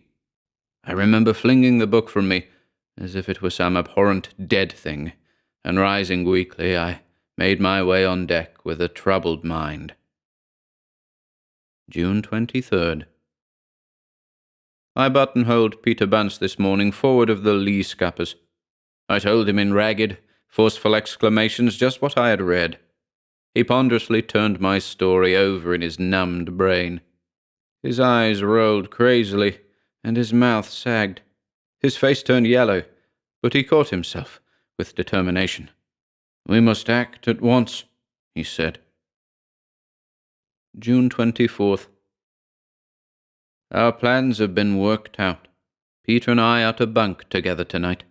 We have my revolver and a razor-sharp double-edged knife. Peter contends that the knife will be necessary. He insistently babbles of vampires and other blood-sucking demons. His obsession took an active form this noon. He jumped up and stepped around deftly, brandishing his knife in dark corners and lunging wildly in offensive alacrity, cutting an imaginary victim to bits. I smiled rather wanly. Finally, exhausted, he slumped down on a stool, his head between his hands. My smile faded as I contemplated his abject dejection. Frankly, we don't know what to expect. June 25th. It is over. Poor Peter is gone, but Gervais will trouble us no more. I am stunned, horrified, but I owe it to Peter to write it all out. I lay awake in my bunk, flat on my back, and the gnawed beams above me twitched like raw tendons. I had that tight, sick feeling of excitement twisting my stomach. We distinctly heard the door creak on its hinges. Something poised itself in the doorway. The door closed, and it slid snake-like into the room. We could hear the thing gulp. Peter gripped my arm. I made ready to strike a match. I stiffened until its soft, slimy approach became unbearable. Then I waited until it swayed at the foot of my bunk, until its green, glassy eyes were vaguely discernible in the almost total blackness. It was watching me, and I realized it could see in the dark. I clawed at the match, lit it, and with a frantically shaking hand carried it to the tallow wick, and then it sprang. But it didn't spring at me. It went higher, and got Peter by the neck. I could hear him choke and gasp. In passing me, the thing had knocked the match from my hand, plunging the room once more into total darkness. I was paralyzed, unable to move or think. I sat on the edge of my bunk, deathly sick, and my heart seemed to come up in my throat. The small room careened drunkenly. I finally became conscious of two dark objects struggling on the floor. I heard a gulping and a low moaning, and then the still night was rent with Peter's forced screams of horror. "Oh, Lord, where are the rest?" He shrieked and shrieked, and between the screams he vomited a torrent of jumbled words. "Green eyes, ooze, mouth, wet." His last throttled shriek lashed at me like a whip. I finally managed another match and lit it. I kept my eyes averted, and carried the match quickly to the candle wick. I knew that if I looked at the thing on the floor, I would drop the match. I waited until the sickly glow flared, and then I looked. Something was on top of Peter. It covered him and seemed about to absorb him. In its evil, distorted features, I recognized a caricature of Gervais, but the evil in the man had sprouted. It had turned him into a jellyish, fishy monstrosity. His middle was festooned with soft flesh, his legs and arms actually gave, but, worst of all, The body of the creature was covered with greenish scales, and it had pulsating pink suckers on its chest. These were lustily at work on Peter. I thought of the revolver on my bunk, found it, and gripped the butt and leveled it. I aimed it at Peter and the thing on the floor. I fired at the two of them, for I honestly had no intention of sparing Peter. I knew that Peter would not want it, and the mute appeal in his eyes was unmistakable. Again, objects refused to retain their identity in my sight. I cracked mentally. I have a vague recollection of bringing two bodies on deck. I remember one was light, brittle, and hollow like an empty matchbox. The other, wet and strangely heavy, silvered its path with slime as I laboriously dragged it up the companionway. In the dim half-glow of the ship's watchlights, I bent over the bodies. Peter was done for. There was no doubt about it. My merciful shot at short range had found its mark, and one temple was singed with powder. I stooped and lifted him tenderly. Then, with a sob, I lowered him gently into the ocean. I stood for a moment looking over the side, thinking of the finality of it all, and watching the ever-widening ripples on the surface of the oily water. Finally, I turned to regard what was Gervais. With a mingling of loathing and interest, I unhooked a lantern and set it near his head. The sickly glow jumped and played on the cruel, twisted features. To my surprise, I perceived a slit deep in the folds of his neck, very much like the breathing organs of a fish. The gill was rigid and distended now, revealing a dark inner lining of red. The body exuded an oily scum, malodorous even in the clean salt air. I hunched closer over the body, and to my amazement a look of ineffable happiness and gratitude had suffused Gervais's face. Was it the weird light, the softening touch of death, or final liberation? No one will ever know. But I do not think it requires an answer. I am ready to be finished with the entire matter, just as Gervais is finished. I later went down into Gervais's cabin and breathed deeply of the fresh, clean air that blew through it. June 26th. We are saved. There is a breeze this morning. The heavy canvas is bellying, and all hands are busy forward. The grey sky above us is sagging like a wet blanket filled with spring rains. Our casks are on deck waiting for the downpour. I thank God that we are safely headed toward France.